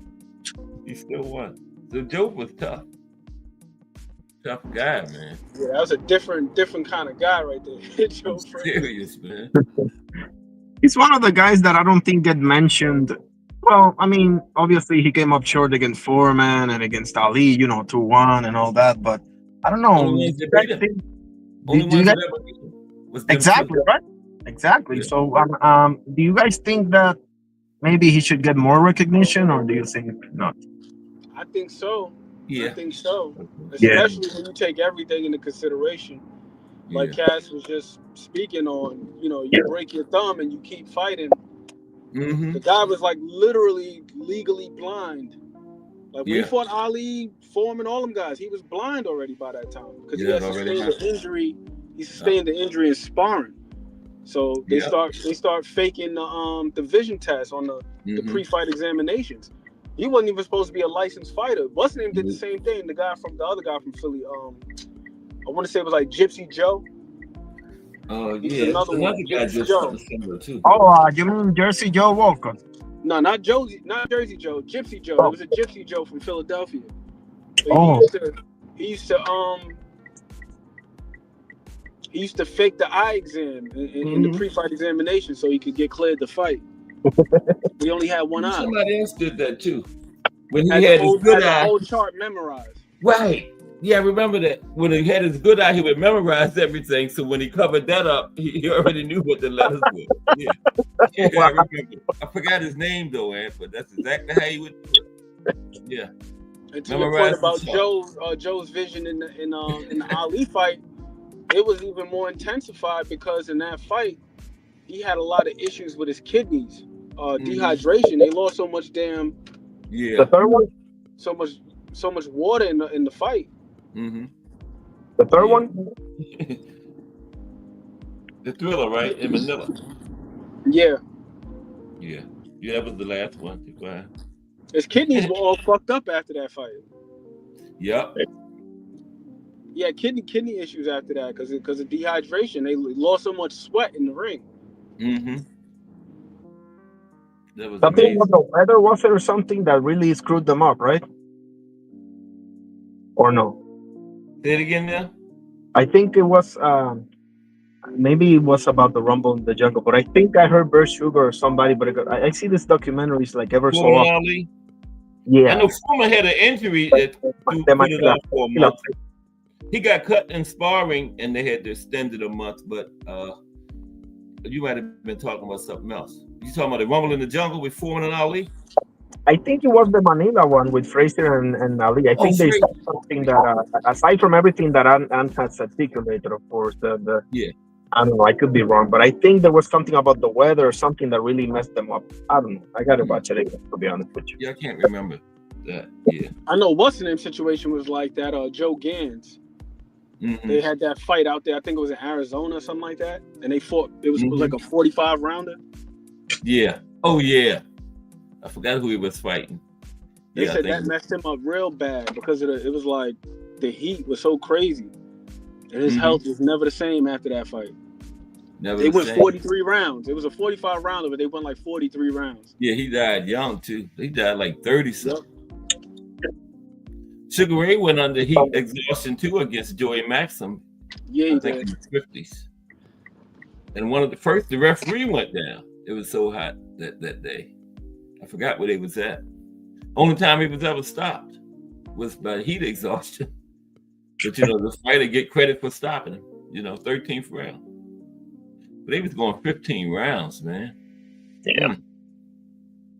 And 45 in the Joe Gans days, man. Like 45 rounds is ridiculous. At some point, you gotta just wave it off. Yeah. Like, yeah. All right, you've seen enough. I love me some boxing, but I couldn't even imagine sitting through a 45 round fight, because I can guarantee you, like, by the time you get to the 15th round, the form is going out the window, the technique and all that is like, how much do you really have to give after a certain point? I'm gonna pull a fight. The quality of the fight is suffering. I'm gonna pull a Liam Cameron on you, bro. I'm sorry. I'm gonna pull a Liam Cameron and I'll throw you off the rope, and then I'm saying that everything hurts and I can't continue, bro. Right? Ben Whitaker style. Ben Whitaker, people are saying, let me say something right here. Ben Whitaker is getting a lot of hate in the UK, bro. The UK fans, they're better than these trolls that we have here still. But I don't know if they're just, super great. I don't know, man. I don't know. I got to keep following this story, because Ben Whitaker, everybody's excited, and then you get a weird performance, and all of a sudden they turn their back on you. I'm like, what? Come on, guys. Get behind your guy, fellas. Come on. You got to be through thick and thin, bro. You got to be ride or die. I mean, in my opinion, I'm rocking with Bivol. Now, if Bivol goes out there and gets knocked down the first round, that's still going to be my guy, bro, because that's how I roll, like. Yeah, that's how it's supposed to be, Get behind your guy, bro. What's the deal? When they win. I agree. I mean, my favorite fighter of all time got 10 L's, man. James Toney. He got 10 of them. So you got to just like who you like. My current favorite fighter that got 2 losses, Edward Vasquez. That's my guy. But, you got to rock with him. That's right. Exactly. Rock with him. On, man. I'll say this, though, man. I'll say this. While I agree with you in principle, right? I agree with you 1,000% in principle. Especially being a New York sports fan, like the Mets. I'm a Mets fan. The Mets have only gone to the postseason 11 times. 11 times in their 62 years in existence. They've only gone to the playoffs 11 times.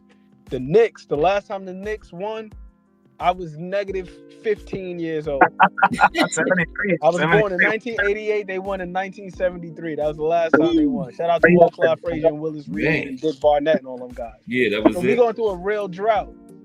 But I'm always going to be a Knicks fan. Now, I have to say this. With Ben Whitaker, I think where he might have lost some support is the means in which were used to end that fight. Now, if he would have just got his ass whooped, or if he would have just lost, I don't think that the people would be down on him. They would support him. Like, look at Sonny Edwards. Sonny Edwards, he just retired. People were very supportive. Anthony Joshua had several losses. People still come out to see him. Ricky Hatton, he loses to Floyd Mayweather. People are still there to see him fight. Still love it. To this day, if Ricky Hatton walks in the room, they're singing, "There's only one Ricky Hatton." They got decapitated by Pacquiao, and they're still with him. You're absolutely right. Yeah. Manny Pacquiao's been flatlined, knocked out cold, sleep. People still love Manny Pacquiao. That's right. Should be. He's like a king down there, man.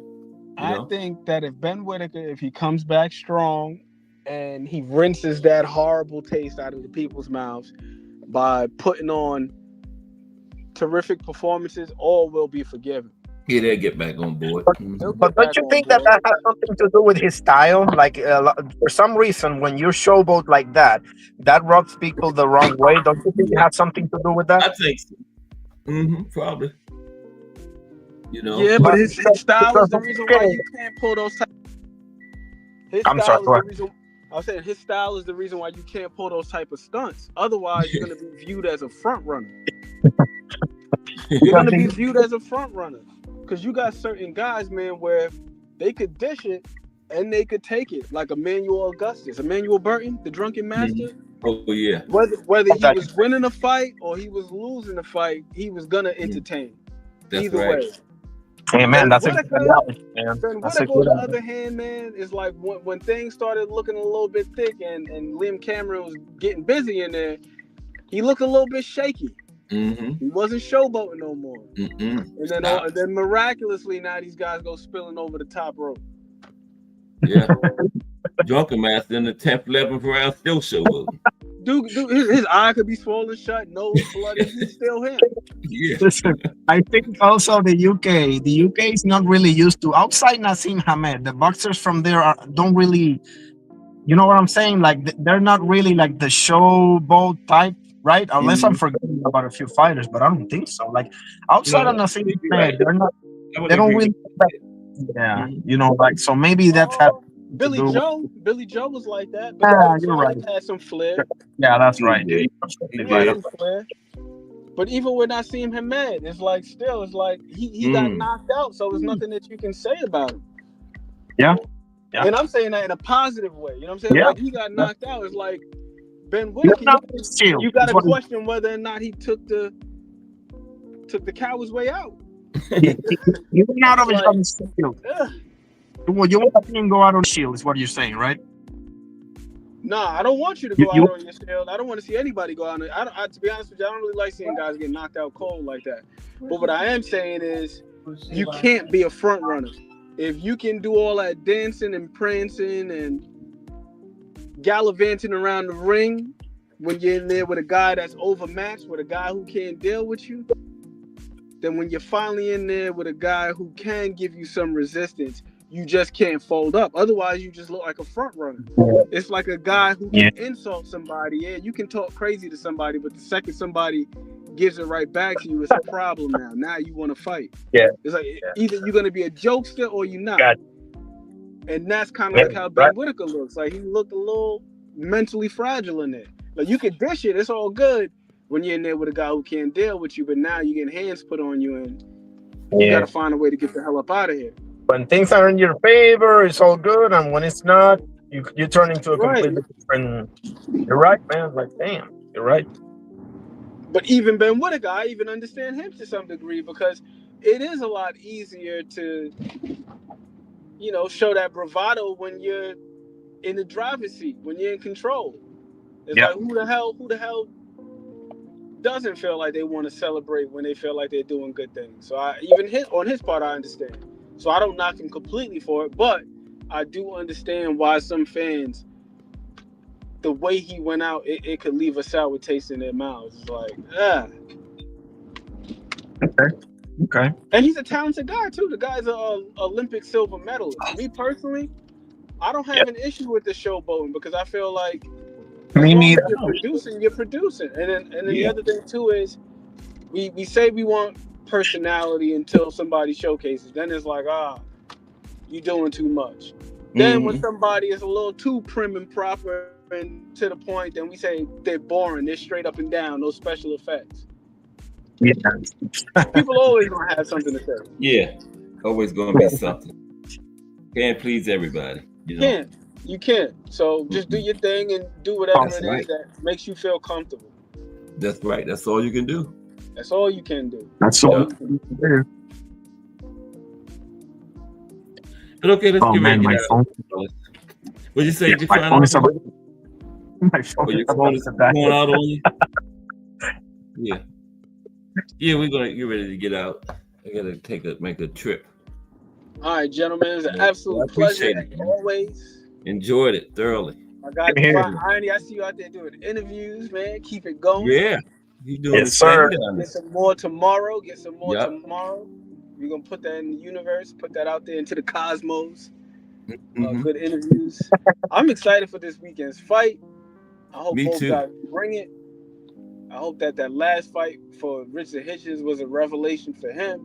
Yeah. Like, I'm sturdy enough. I can take more chances when the opportunities present themselves. Yeah. Because if not, don't I get think carried it could away potentially now. be a long ass night for him. Just don't get carried away and take too many chances now. Don't get carried away with the chances now. You know. No. You don't want to get reckless, but the ones that are presented to you, take advantage. If a guy's putting himself out of position, you got to put. If he puts himself out of line, you got to put him back in line. That's right. You know what I'm saying? Yep. That's right. 100%. Yep. Okay, gentlemen, I appreciate y'all, man. Enjoyed this thoroughly. It's been a pleasure, fellas. God bless. See you on the next one. See you tomorrow. Okay, good luck in the interviews tomorrow. Appreciate it. Okay. All right. Aunt McQueen, define Arnie one. And we are out. We'll catch everybody tomorrow. So just do today. We just about did just do. Everybody have a good afternoon. Appreciate Aunt and define Arnie one. We're out.